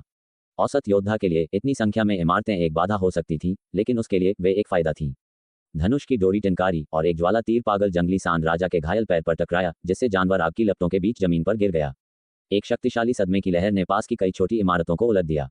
मौका आ गया है। पार्थ की आंखों में तेजी की चमक आई जब उसने 3 कवच भेदी तीर निकाले। उसके शरीर के भीतर से भारी मात्रा में सच्ची ऊर्जा तीरों पर चिपक गई। इस बार उसने फिर से विरोधी की गर्दन को निशाना बनाया। धड़ाम, एक जोरदार विस्फोट के साथ तीनों ज्वाला तीर मिसाइलों की तरह लक्ष्य की ओर गरजे। पागल जंगली सांड राजा को कुछ महसूस हुआ और उसने अपने सिर को मोड़ने की कोशिश की ताकि अपने सींगों से तीरों को मोड़ सके, लेकिन एक अगला पैर खो देने के कारण वह अपना संतुलन भी नहीं रख पा रहा था। सींगों से तीरों को सटीकता से मोड़ना तो दूर की बात थी। अगले ही पल छपाक, तीनों ज्वाला तीर लगभग एक साथ विरोधी की गर्दन में घुस गए और तीरों से जुड़ी अग्नि विशेषता सच्ची की हुई एक ही बार में फट गई। आग का एक स्तंभ लगभग 10 मीटर ऊंचा उठा। एक जलते हुए सांड का सिर तोप के गोले की तरह उड़ गया, कई इमारतों से टकराते हुए एक दीवार में धंस गया। बिना सिर का शरीर जमीन पर गिर गया। उसके 2 पिछले पैर सहज रूप से ऐंठ रहे थे। वाह, ये देखकर पार्थ ने राहत की सांस ली। तथ्य ने साबित कर दिया कि उसका समय सही था और तीनों ज्वाला तीरों की संयुक्त शक्ति ने सफलतापूर्वक इस कमांडर स्तर के भयंकर जानवर का सिर उड़ा दिया।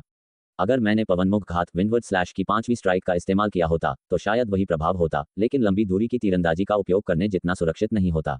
पार्थ ने मन ही मन सोचा। अगर उसने कृपाण का इस्तेमाल किया होता तो उसे दूरी को 100 मीटर के भीतर नियंत्रित करना पड़ता। दूरी जितनी करीब होती, शक्ति उतनी ही मजबूत होती।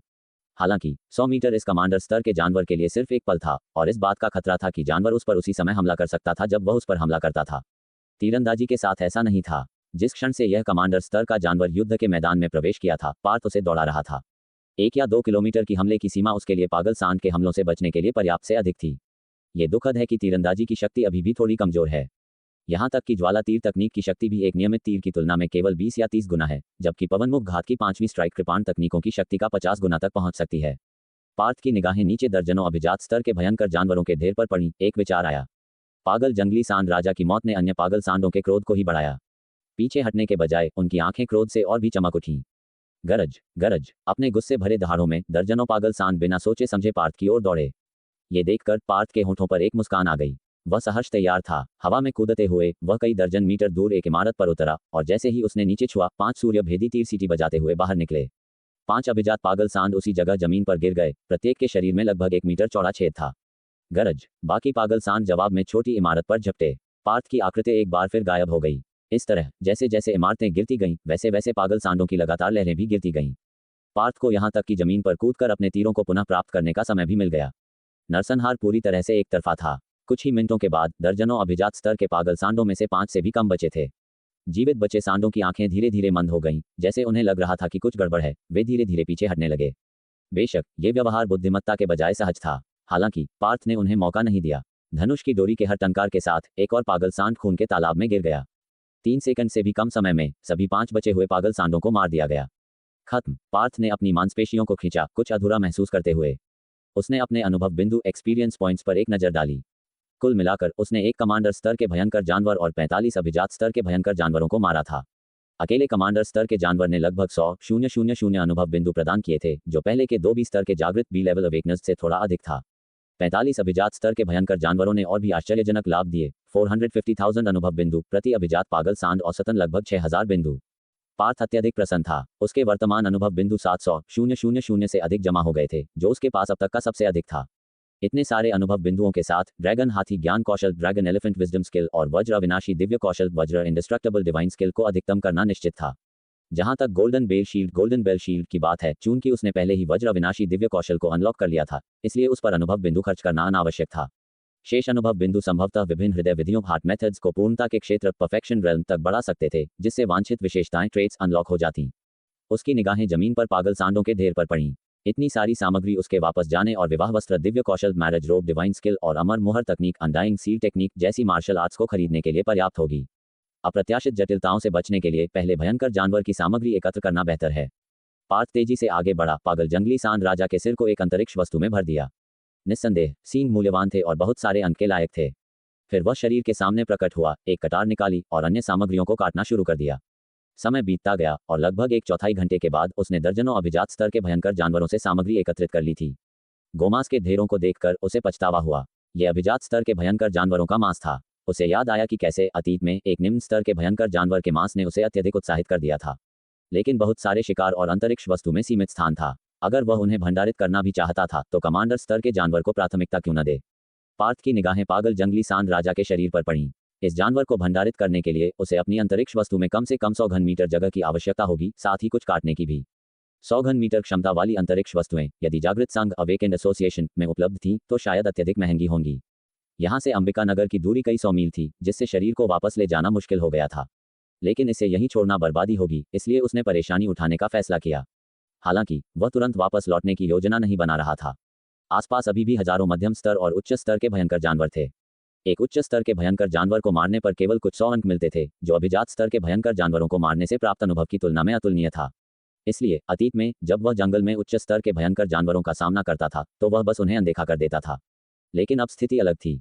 ये उच्च स्तर के भयंकर जानवर यहाँ एकत्रित थे, पहले की तरह बिखरे हुए नहीं, जिससे शिकार बहुत आसान हो गया था। प्रत्येक उच्च स्तर का भयंकर जानवर कुछ 100 अंक प्रदान करता था और 10 जानवरों पर ये कुल मिलाकर कुछ हजार अंक होता था। इसे हजारों तक बढ़ाया जाए तो अनुभव बिंदु लाखों तक पहुंच सकते थे। लाखों अंक, जो पिछले अभिजात स्तर के जानवरों के समूह द्वारा प्रदान किए गए अनुभव से कहीं अधिक थे। इसके अलावा पार्थ एक और कारक से अत्यधिक प्रलोभित था। वह इस अवसर का लाभ उठाकर मूल तीरंदाजी बेसिक आर्चरी का अभ्यास कर सकता था। हाँ, ये सही है। इन मध्यम से उच्च स्तर के भयंकर जानवरों के खिलाफ किसी भी तीर तकनीक, गुप्त कौशल, एरो टेक्निक, सीक्रेट स्किल की आवश्यकता नहीं थी। उन्हें मारने के लिए एक साधारण तीर पर्याप्त था। मूल तीरंदाजी के कौशल स्तर पर इसका प्रभाव स्पष्ट था। एक बार जब मूल तीरंदाजी का स्तर उच्च हो जाएगा तो ये ज्वाला तीर तकनीक के कौशल स्तर को बढ़ाएगा, संभवतः सूर्य भेदी तीर तकनीक की 100 गुना शक्ति को अनलॉक करेगा। उस समय कमांडर स्तर के जानवर का सामना करना इतना मुश्किल नहीं होगा। 100 गुना शक्ति वाले सूर्य भेदी तीर के एक शॉट से लड़ाई समाप्त हो जाएगी।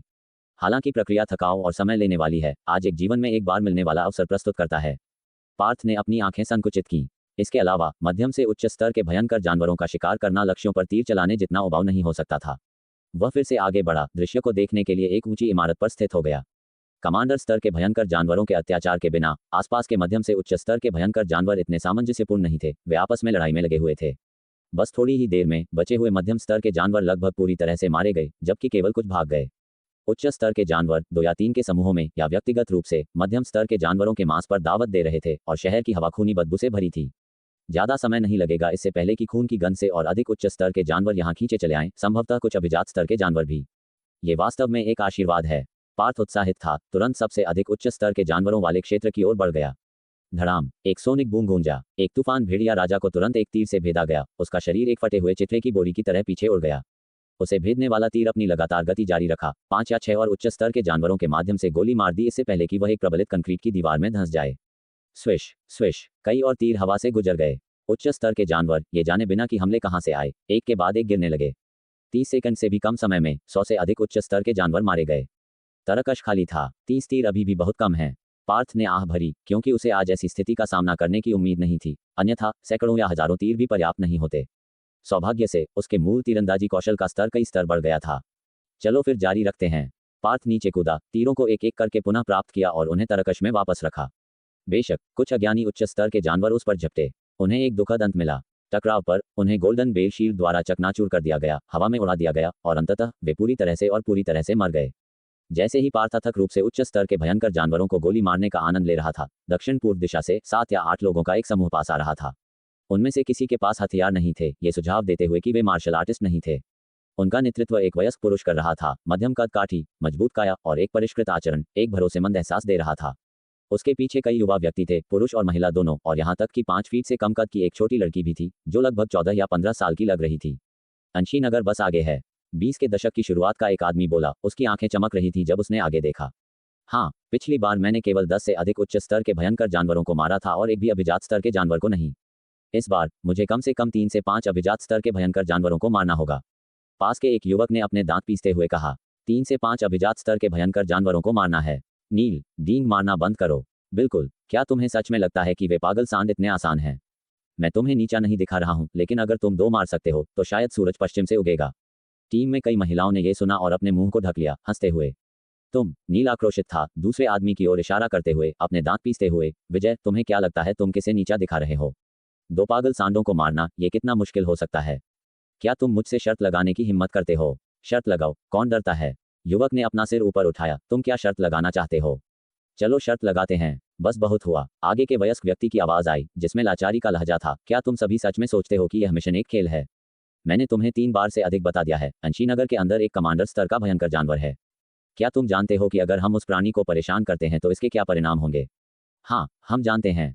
सभी ने तुरंत अपने सिर नीचे कर लिए। जानना पर्याप्त नहीं है। वयस्क व्यक्ति ने उन्हें घूर कर देखा। अंकल युवराज, लेकिन आप हमारे साथ हैं, है ना? बिल्कुल, आप एक 20 स्तर के जागृत व्यक्ति हैं। अगर हम वास्तव में उस कमांडर स्तर के भयंकर जानवर को परेशान करते हैं तो आप बिना किसी दुर्घटना के इसे संभाल लेंगे। हम अभी भी लापरवाह नहीं हो सकते। युवराज ने सिर हिलाया। अगर हम वास्तव में उस प्राणी को परेशान करते हैं तो मैं भी तुम सभी की सुरक्षा की गारंटी नहीं दे सकता। मुझे खुद भी गंभीर खतरा हो सकता है। इसलिए जब हम अंशीनगर के बाहरी इलाके में पहुंचते हैं तो तुम सभी को मेरे आदेशों का सख्ती से पालन करना चाहिए। स्वतंत्र रूप से कार्य न करें, समझ गए? समझ गए, सभी ने एक साथ जवाब दिया। ठीक है, मेरे ठीक पीछे रहो और मेरे आदेश तक कार्य न करो। उन्हें निर्देश देने के बाद युवराज ने आगे देखा। एक परित्यक्त शहर की आकृति दिखाई दी। अंशीनगर, जो 10 साल पहले 10 लाख की आबादी वाला एक तृतीय श्रेणी का शहर था, पृथ्वी के नाटकीय परिवर्तनों के कारण तेजी से गिर गया था। साल बीत गए हैं और यह जगह एक कमांडर स्तर के भयंकर जानवर का क्षेत्र बन गई थी। हालांकि यह सिर्फ एक पागल जंगली सांड राजा था, एक नियमित कमांडर स्तर का भयंकर जानवर, यह अभी भी भयंकर था। अकेले में युवराज को पूर्ण आत्मविश्वास नहीं था। सौभाग्य से वह विरोधी को खत्म करने के लिए यहाँ नहीं था, बल्कि संघ के इन युवा सदस्यों को प्रशिक्षित करने के लिए था। महाशक्तियों सुपर पावर्स पर नियंत्रण बढ़ाना वास्तविक लड़ाई के माध्यम से सीधे भयंकर जानवरों का सामना करने से सबसे प्रभावी होता है।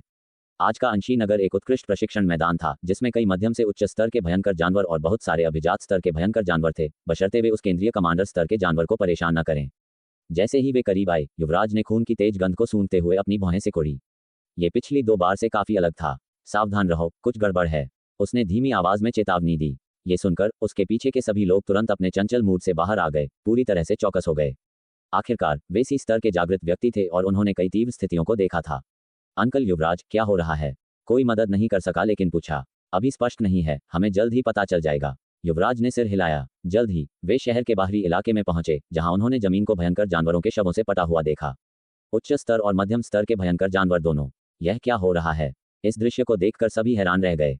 पिछली 2 यात्राओं में यहाँ अनगिनत मध्यम से उच्च स्तर के भयंकर जानवर थे, लेकिन वे जिंदा थे। तो अब सभी रुके रहो, आसपास के क्षेत्रों पर नजर रखो। युवराज ने भयंकर जानवर के शवों की जांच करते हुए सलाह दी।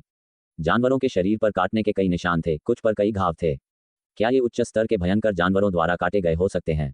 युवराज बड़बड़ाया। उच्च स्तर के भयंकर जानवरों के लिए मध्यम स्तर के भयंकर जानवरों पर हमला करना सामान्य है, भले ही कमांडर स्तर का जानवर उन्हें दबाता हो। इस घटना से पूरी तरह से बचा नहीं जा सकता है, क्योंकि यह खुद भी उच्च स्तर के भयंकर जानवरों का उपभोग करता है। लेकिन ये मध्यम स्तर के भयंकर जानवरों के शव बहुत अधिक हैं। नहीं, उच्च स्तर के भयंकर जानवरों के शव भी हैं। वह तेजी से आगे बढ़ा, एक उच्च स्तर के भयंकर जानवर के शव को उठाया और उसका जबड़ा गिर गया। शरीर पर मुट्ठी के आकार का एक खून का छेद था, एक चिकनी धार के साथ, जैसे किसी चीज ने आर पार किया हो। वहां एक और है, और वहां एक। वह प्रत्येक की जांच करने के लिए आगे बढ़ा। घाव पहले उच्च स्तर के भयंकर जानवर के समान थे। यह क्या हो रहा है? युवराज ने अपनी भौहें और भी गहराई से सिकुड़ी। मध्यम स्तर के भयंकर जानवर निस्संदेह उच्च स्तर के भयंकर जानवरों द्वारा मारे गए, लेकिन वे उच्च स्तर के भयंकर जानवर कैसे मरे? घाव स्पष्ट रूप से ऐसा नहीं लग रहा था जैसा कोई भयंकर जानवर पहुंचाएगा। अंकल युवराज, ये घाव ऐसा लगता है जैसे तीरों के कारण हुए हों। एक युवा महिला जिज्ञासा से पास आई। गंभीरता से, मुट्ठी के आकार के तीर। यहां तक कि भाले भी इतने बड़े नहीं होते, है ना? अन्य लोग चारों ओर इकट्ठा हो गए, चर्चा करते हुए।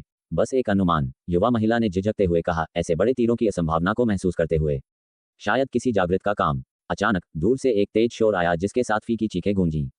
धड़ाम धड़ाम धड़ाम, कई और विस्फोट हुए और जानवरों का विक्षोभ और जोरदार हो गया। अंकल युवराज, समूह चौंक गया। उनकी आंखें सतर्कता से युवराज पर टिकी हुई थीं। मैं इसे देखता हूं। जब तक मैं वापस नहीं आता, तुम यहीं ठहरो, युवराज ने निर्देश दिया। अंकल युवराज, हमें अपने साथ जाने दें। अंकल युवराज, हम बोझ नहीं बनेंगे। ठीक है, लेकिन सावधान रहना। युवराज ने मान लिया, यह महसूस करते हुए कि यह उन्हें आपात स्थितियों को संभालने में मदद करेगा, और संख्या में शक्ति होती है, खासकर जागृत लोगों के बीच। समूह आवाजों की ओर बढ़ा। रास्ते में भयंकर जानवर के शव हर जगह बिखरे हुए थे। 10 से अधिक विस्फोटों के बाद चीजें फिर से शांत हो गईं। युवराज की टीम चिंतित महसूस कर रही थी। इस तरह के विक्षोभ कमांडर स्तर के जानवर को आकर्षित कर सकते थे, जिससे अराजकता पैदा हो सकती थी। हालांकि जिज्ञासा उन्हें आगे बढ़ा रही थी। फिर सड़क पर एक आकृति दिखाई दी जो उन्हें दिखाई दे रही थी। एक बुराई भूत मुखौटा, ईवल गोस्ट मास्क पहने एक रहस्यमय व्यक्ति, मजबूत और लंबा, शायद एक आदमी, अपने आप से बड़ा, एक लंबा धनुष लॉन्गो और उसकी पीठ पर तीरों का एक तरकश पकड़े हुए था। उसका दाहिना हाथ जमीन से एक बड़े भाले जैसे तीर को खींच रहा था, उसे तरकश में रख रहा था। यह एक इंसान है, समूह में किसी ने विस्मय से कहा। तुरंत रहस्यमय व्यक्ति उनकी ओर मुड़ा। कितनी भयानक आभा! युवराज को लगा कि उसका खून जम गया है क्योंकि उस व्यक्ति ने उससे नजरें मिलाईं। युवक और युवतियां सांस लेने से भी डर रहे थे। रहस्यमय आकृति ने नजर हटाई, एक और जगह पर चला गया, जमीन से एक दूसरा भाले जैसा तीर निकाला, उसे तरकश में रखा और दूर चला गया। जब आकृति गायब हो गई तो सभी ने आखिरकार प्रतिक्रिया दी। अंकल, अंकल युवराज, क्या क्या हो रहा है? एक युवक हकलाया, अभी भी हिल रहा था। युवराज ने एक गहरी सांस ली। अगर मेरा अनुमान सही है तो वह वही है जिसने रास्ते में उन उच्च स्तर के भयंकर जानवरों को मारा। ये वास्तव में वह है। सभी हैरान और अविश्वासी लग रहे थे। क्या तुम्हें उन उच्च स्तर के भयंकर जानवरों पर लगे घाव याद हैं? युवराज ने धीरे से पूछा। उन्होंने सिर हिलाया। तब गौरव ने कहा था कि घाव तीर के घावों जैसे लग रहे थे। मुझे भी विश्वास नहीं हुआ था, क्योंकि किसके पास इतने मोटे तीर होंगे। लेकिन अभी मैंने उसे जमीन से एक भाले जैसा कुछ निकालते हुए देखा और महसूस किया कि वह वास्तव में एक तीर था। तुमने उसका लंबा धनुष और तरकश देखा? ये वह है जो उन विशाल भाले के आकार के तीरों को चलाकर उच्च स्तर के भयंकर जानवरों को मार रहा है। सभी ने हंसते हुए सांस ली। हे भगवान, क्या वास्तव में मुट्ठी के आकार के तीर हैं? न केवल उच्च स्तर के भयंकर जानवर, उन्हें भी अगर एक से मारा जाता तो उनकी चमड़ी उधर जाती। हालांकि उनका मानना था कि उनके सुरक्षा ताबीज उन्हें किसी भी नुकसान से बचाएंगे। अंकल युवराज, क्या इसका मतलब है कि वह एक तीरंदाज है? हाँ, युवराज ने सिर हिलाया। क्या वह एक मार्शल आर्टिस्ट है या एक जागृत व्यक्ति? मुझे पक्का नहीं है, युवराज ने सिर हिलाया। कई 20 स्तर के जागृत व्यक्ति भी अपनी महाशक्तियों के अलावा ठंडे हथियारों का उपयोग करते हैं, जो जागृत और मार्शल आर्टिस्ट दोनों होते हैं। इससे कोई फर्क नहीं पड़ता कि वह एक जागृत है या मार्शल आर्टिस्ट, हमारा उससे कोई लेना देना नहीं है। इसके अलावा अगर वह यहाँ केवल उच्च स्तर के भयंकर जानवरों को मारकर फंस गया है तो उसकी ताकत शायद असाधारण नहीं है। कोई चिंता नहीं, एक युवक ने अनादरपूर्वक कहा। ज्यादातर शर्मिंदा महसूस कर रहा था कि अजनबी की घूरने से वह तारांकन स्पीचलेस तारांकन हो गया था। सही कहा, हम यहाँ उच्च स्तर के भयंकर जानवरों के लिए नहीं, बल्कि शहर के अंदर के पागल सांडों के लिए हैं। अंकल युवराज, चलो आगे बढ़ते हैं। ठीक है, युवराज ने सिर हिलाया। उसकी अंतर्ज्ञान ने उसे बताया, तीरंदाज सामान्य नहीं था और उसकी ताकत शायद सिर्फ उच्च स्तर के भयंकर जानवरों को संभालने से अधिक थी। फिर भी यहाँ परेशानी से बचना बुद्धिमानी है, खासकर तीरंदाज के लिए। गोली मारने के लिए आसपास कई उच्च स्तर के भयंकर जानवर हैं। चलो पागल सांडों को खोजने के लिए एक और रास्ता लेते हैं। याद रखना, जब उनका सामना हो तो मेरे आदेशों का पालन करना, कमांडर स्तर के जानवर को आकर्षित करने से बचना। आराम करो अंकल युवराज, आपने ये बातें इतनी बार कही हैं कि हमारे कान पक्के हो गए हैं। बिल्कुल, पिछली 2 बार भी उसे परेशान नहीं किया था। चलो चलते हैं अंकल युवराज, मेरी तलवार कार्रवाई के लिए खुजली कर रही है। सभी उत्सुकता से तैयार हो गए। ठीक है, युवराज ने जाने से पहले मुड़कर देखा, भान सिकोड़कर उस दिशा में एक बार फिर देखा जहां रहस्यमय तीरंदाज गया था। सोच रहा था कि तीरंदाज ने पहले ही कितने उच्च स्तर के भयंकर जानवरों को मार दिया है। सामान्य तौर पर इतने हंगामे के साथ, चाहे उसने कमांडर स्तर के जानवर को सचेत किया हो या कई अभिजात स्तर के जानवरों को, निशान होने चाहिए। लेकिन आसपास का अवलोकन करने पर अभिजात स्तर के जानवरों के निशान नहीं थे, न ही कोई शव। यह क्या हो रहा है? बाहर फैले मध्यम स्तर के भयंकर जानवरों के शवों को जोड़ते हुए खून की तेज गंध को कमांडर स्तर के जानवर को आकर्षित करना चाहिए था। यह भ्रमित करने वाला है। मूल तीरंदाजी फिर से स्तर बढ़ गया। पार्थ ने कौशल पट्टी पर एक नजर डाली और स्वयं से कहा, आधे घंटे से भी कम समय में मूल तीरंदाजी का स्तर लगभग 10 बार बढ़ गया था, लगभग स्तर 60 तक पहुंच गया था। विशेषताएं अभी भी पहले जैसी थी, कोई नई अनलॉक नहीं हुई थी। उसने फिर से अनुभव बिंदुओं पर एक नज़र डाली। वे 50 या 60 हजार अंक से बढ़ गए थे। विकास की इस दर पर अनुभव बिंदु रात होने से पहले 7 या 8 लाख अंक से बढ़ सकते थे। बेशक ये सैद्धांतिक रूप से था। वे उच्च स्तर के भयंकर जानवर वास्तव में बुद्धिमत्ता के बिना हैं, लेकिन उनमें लाभ की तलाश करने और नुकसान से बचने की सहज प्रवृत्ति होती है। जब वे अपने साथियों को एक एक करके गिरते हुए देखते हैं तो उनमें से कई दूर भाग जाते हैं। भले ही अनुभव बिंदुओं की उपज आधी हो जाए, यह अभी भी 3 या 4 लाख अंक तक हो सकता है, जो अब 7 लाख से अधिक हो गया है। आज 10 लाख का आंकड़ा पार करना निश्चित होना चाहिए। काश और तीर होते, पार्थ ने मन ही मन सोचा। उसके पास कुल 30 ही तीर थे, जिससे इन उच्च स्तर के भयंकर जानवरों को मारने की दक्षता बहुत कम हो गई थी। सौभाग्य से उसका लक्ष्य सिर्फ अनुभव बिंदु हासिल करना नहीं था, बल्कि मूल तीरंदाजी की निपुणता में सुधार करना भी था। अचानक उसे कुछ महसूस हुआ और उसने उस दिशा में देखा जहां वे लोग छोड़ गए थे। क्या वे लोग केंद्र की ओर बढ़ रहे हैं? पार्थ ने भान सिकोड़ी। कमांडर स्तर के भयंकर जानवर और दर्जनों अभिजात स्तर के भयंकर जानवरों की सामग्री, सब कुछ उसने एकत्रित कर लिया था। भले ही वे लोग वहां जाते, इससे ज्यादा फर्क नहीं पड़ता। हालांकि वह कमांडर स्तर के जानवर को अपने साथ ले जाने का इरादा रखता था। उम्मीद है कि वे लोग उस कमांडर स्तर के जानवर को निशाना नहीं बनाते, अन्यथा ये कुछ और समय बर्बाद करेगा। उसने सिर हिलाया और एक बार फिर अपना तीर 1 किलोमीटर दूर एक उच्च स्तर के भयंकर जानवर पर लक्षित किया। इस बीच एक अलग दिशा में युवराज लोगों के एक समूह का नेतृत्व करते हुए इमारतों के बीच तेजी से भाग रहा था। पहले की तुलना में इस बार उन्हें बड़ी संख्या में उच्च स्तर के भयंकर जानवर मिले। कुछ ने उन्हें देखा भी और उनकी ओर दौड़े। हालांकि कुछ उच्च स्तर के भयंकर जानवरों को समूह के करीब आने का मौका नहीं मिला, आधे रास्ते में ही टुकड़ों में उड़ा दिए गए। 6 ये उच्च स्तर के भयंकर जानवर वास्तव में समझदार नहीं हैं, हमें भड़काने की हिम्मत कर रहे हैं। एक युवक ने अहंकार से कहा। ठीक है, तुमने अभी कुछ उच्च स्तर के भयंकर जानवरों को मारा है, खुद को डींग मारते हुए देखो। हाँ, हमें दिखाओ कि तुम अगले अभिजात स्तर के भयंकर जानवर को तुरंत कैसे मारते हो। मारना है, बस मुझे बाद में देखना। समूह फिर से बहस करने लगा। उन्हें पता नहीं था, सामने युवराज अचानक कांप उठा, एक भयभीत अभिव्यक्ति दिखा रहा था। क्या हुआ अंकल युवराज? पीछे की एक जिज्ञासु युवा महिला ने पूछा, और जब उसने युवराज की निगाहों का पीछा किया तो उसकी आंखें फटी रह गईं। आगे सैकड़ों मीटर दूर एक बड़े खुले मैदान पर दर्जनों बड़े भयंकर जानवर के शव पड़े थे। सभी पागल शांत थे। जल्द ही अन्य लोगों ने भी इस दृश्य को देखा। माहौल तुरंत शांत हो गया। अंकल युवराज, क्या हो रहा है? आगे इतने सारे पागल सांडों के शव क्यों हैं? कोई मदद नहीं कर सका, लेकिन पूछा, क्या वे सभी मर चुके हैं? जाहिर है, अगर वे जिंदा होते और हम इतने करीब होते तो उन्होंने प्रतिक्रिया दी होती। वे कैसे मरे? उन्हें किसने मारा? क्या यह आपसी लड़ाई हो सकती है? आपसी लड़ाई? असंभव। पागल सांड सामाजिक जानवर होते हैं। आपसी लड़ाई? चलो पास जाकर देखते हैं। सावधान रहो और आसपास नजर रखो, युवराज ने कहा, यहां तक कि वह भी संदेह से भरा था। जैसे ही वे करीब आए, उन्होंने आखिरकार देखा कि क्या हुआ था। प्रत्येक पागल सांड में 1 मीटर चौड़ा छेद था। घाव के चारों ओर खून जमा हुआ था, स्पष्ट रूप से कुछ समय से मरे हुए थे। इसके अलावा इन पागल सांडों से मूल्यवान सामग्री गायब थी, जैसे कि उनके सिर पर सींगों की जोड़ी। किसी ने उन्हें एक तेज हथियार से काट कर ले लिया है। युवराज ने एक मरे हुए पागल सांड का निरीक्षण किया, साफ कट की जांच करते हुए। अंकल युवराज, यहाँ भी वही है। यहाँ भी वही। लगता है कि सभी के साथ ऐसा ही है। वे सभी हक्के बक्के रह गए। वही घाव, वही निशान। क्या इन सभी पागल सांडों को एक ही व्यक्ति ने मारा था?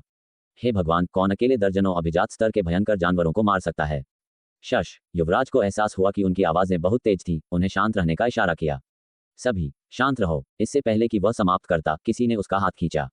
अंकल युवराज, वहां देखो, वह क्या है? व्यक्ति ने कहा, थोड़ी दूर इशारा करते हुए। वह क्या है? युवराज ने देखा और तुरंत उसकी रीढ़ में एक ठंडक महसूस हुई। 10 मीटर से अधिक ऊंचा और 20 मीटर से अधिक लंबा एक ढांचा दूर से मांस के पहाड़ जैसा दिख रहा था। क्या यह एक अभिजात स्तर के जानवर का आकार है? यह स्पष्ट रूप से एक कमांडर स्तर का भयंकर जानवर है।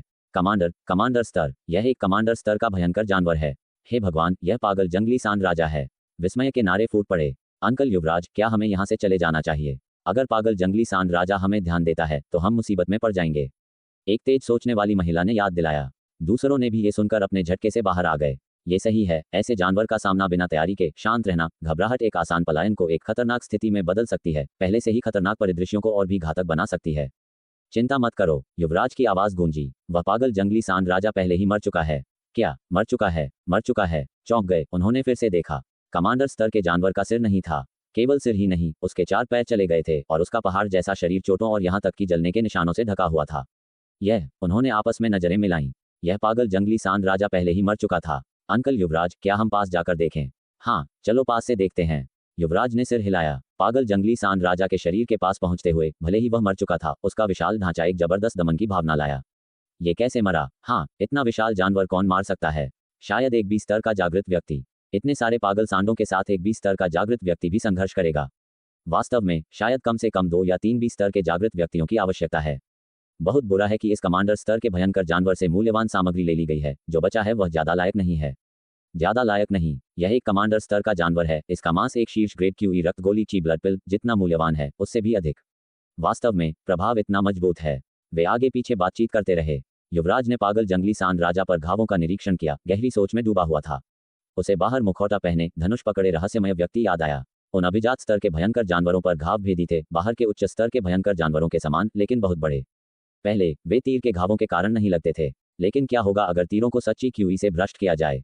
खुद एक सच्ची ऊर्जा क्षेत्र ट्रू एसेंस रेल्म का मार्शल आर्टिस्ट होने के नाते वह जानता था कि एक साधारण हथेली का प्रहार कई दीवारों को तोड़ सकता है, लेकिन सच्ची क्यूई के साथ यह उन्हें चकनाचूर कर सकता था।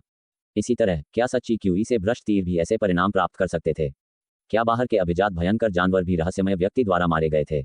शायद। और इस कमांडर स्तर के भयंकर जानवर का क्या?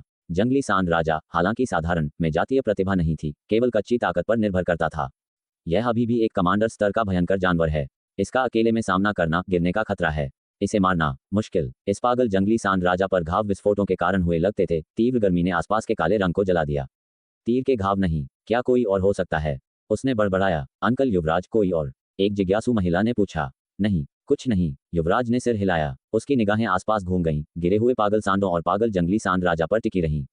आज वह पहले की तरह युवा सहयोगियों को प्रशिक्षित करने का इरादा रखता था, लेकिन सभी अभिजात भयंकर जानवर मारे गए और यहां तक कि सबसे मजबूत कमांडर स्तर का जानवर भी मर चुका था। कोई आश्चर्य नहीं कि बाहर के मध्यम से उच्च स्तर के भयंकर जानवर आपस में लड़ रहे थे। लगता है कि शिकार अगली बार अन्य परित्यक्त शहरों में करना होगा। उन शहरों के कमांडर स्तर के जानवर इस पागल जंगली सांड राजा जितना आसान नहीं है। ये सोचते हुए युवराज को सिरदर्द महसूस हुआ। सही जगह खो गई थी। अंकल युवराज, क्या हमें चलना चाहिए? हाँ अंकल युवराज, यहाँ अभिजात भयंकर जानवर मर चुके हैं, केवल उच्च स्तर वाले बचे हैं। हम बाहर वाले उस व्यक्ति की तरह नहीं हैं, उत्साह से उच्च स्तर के जानवरों को मार रहे हैं। अंकल युवराज, इससे पहले कि हम चलें, क्या हमें कमांडर स्तर के जानवर को ले जाना चाहिए? एक आदमी ने सुझाव दिया। हालांकि जानवर मर चुका था, शहर में लोगों को पता नहीं चलेगा कि वह कैसे मरा। वे दिखावा कर सकते थे और मांस पैसे के लायक था। ये कमांडर स्तर का जानवर। युवराज ने विचार किया। पागल जंगली सांड राजा को मारकर केवल मूल्यवान सामग्री ली गई थी। इसका मांस और टेंडन भी अच्छे थे, इसे ले जाना शानदार होगा। फिर तुम्हें उस पागल जंगली सांड राजा को ले जाने के बारे में सोचना भी नहीं चाहिए, एक अचानक आवाज ने बाधा डाली। ठीक।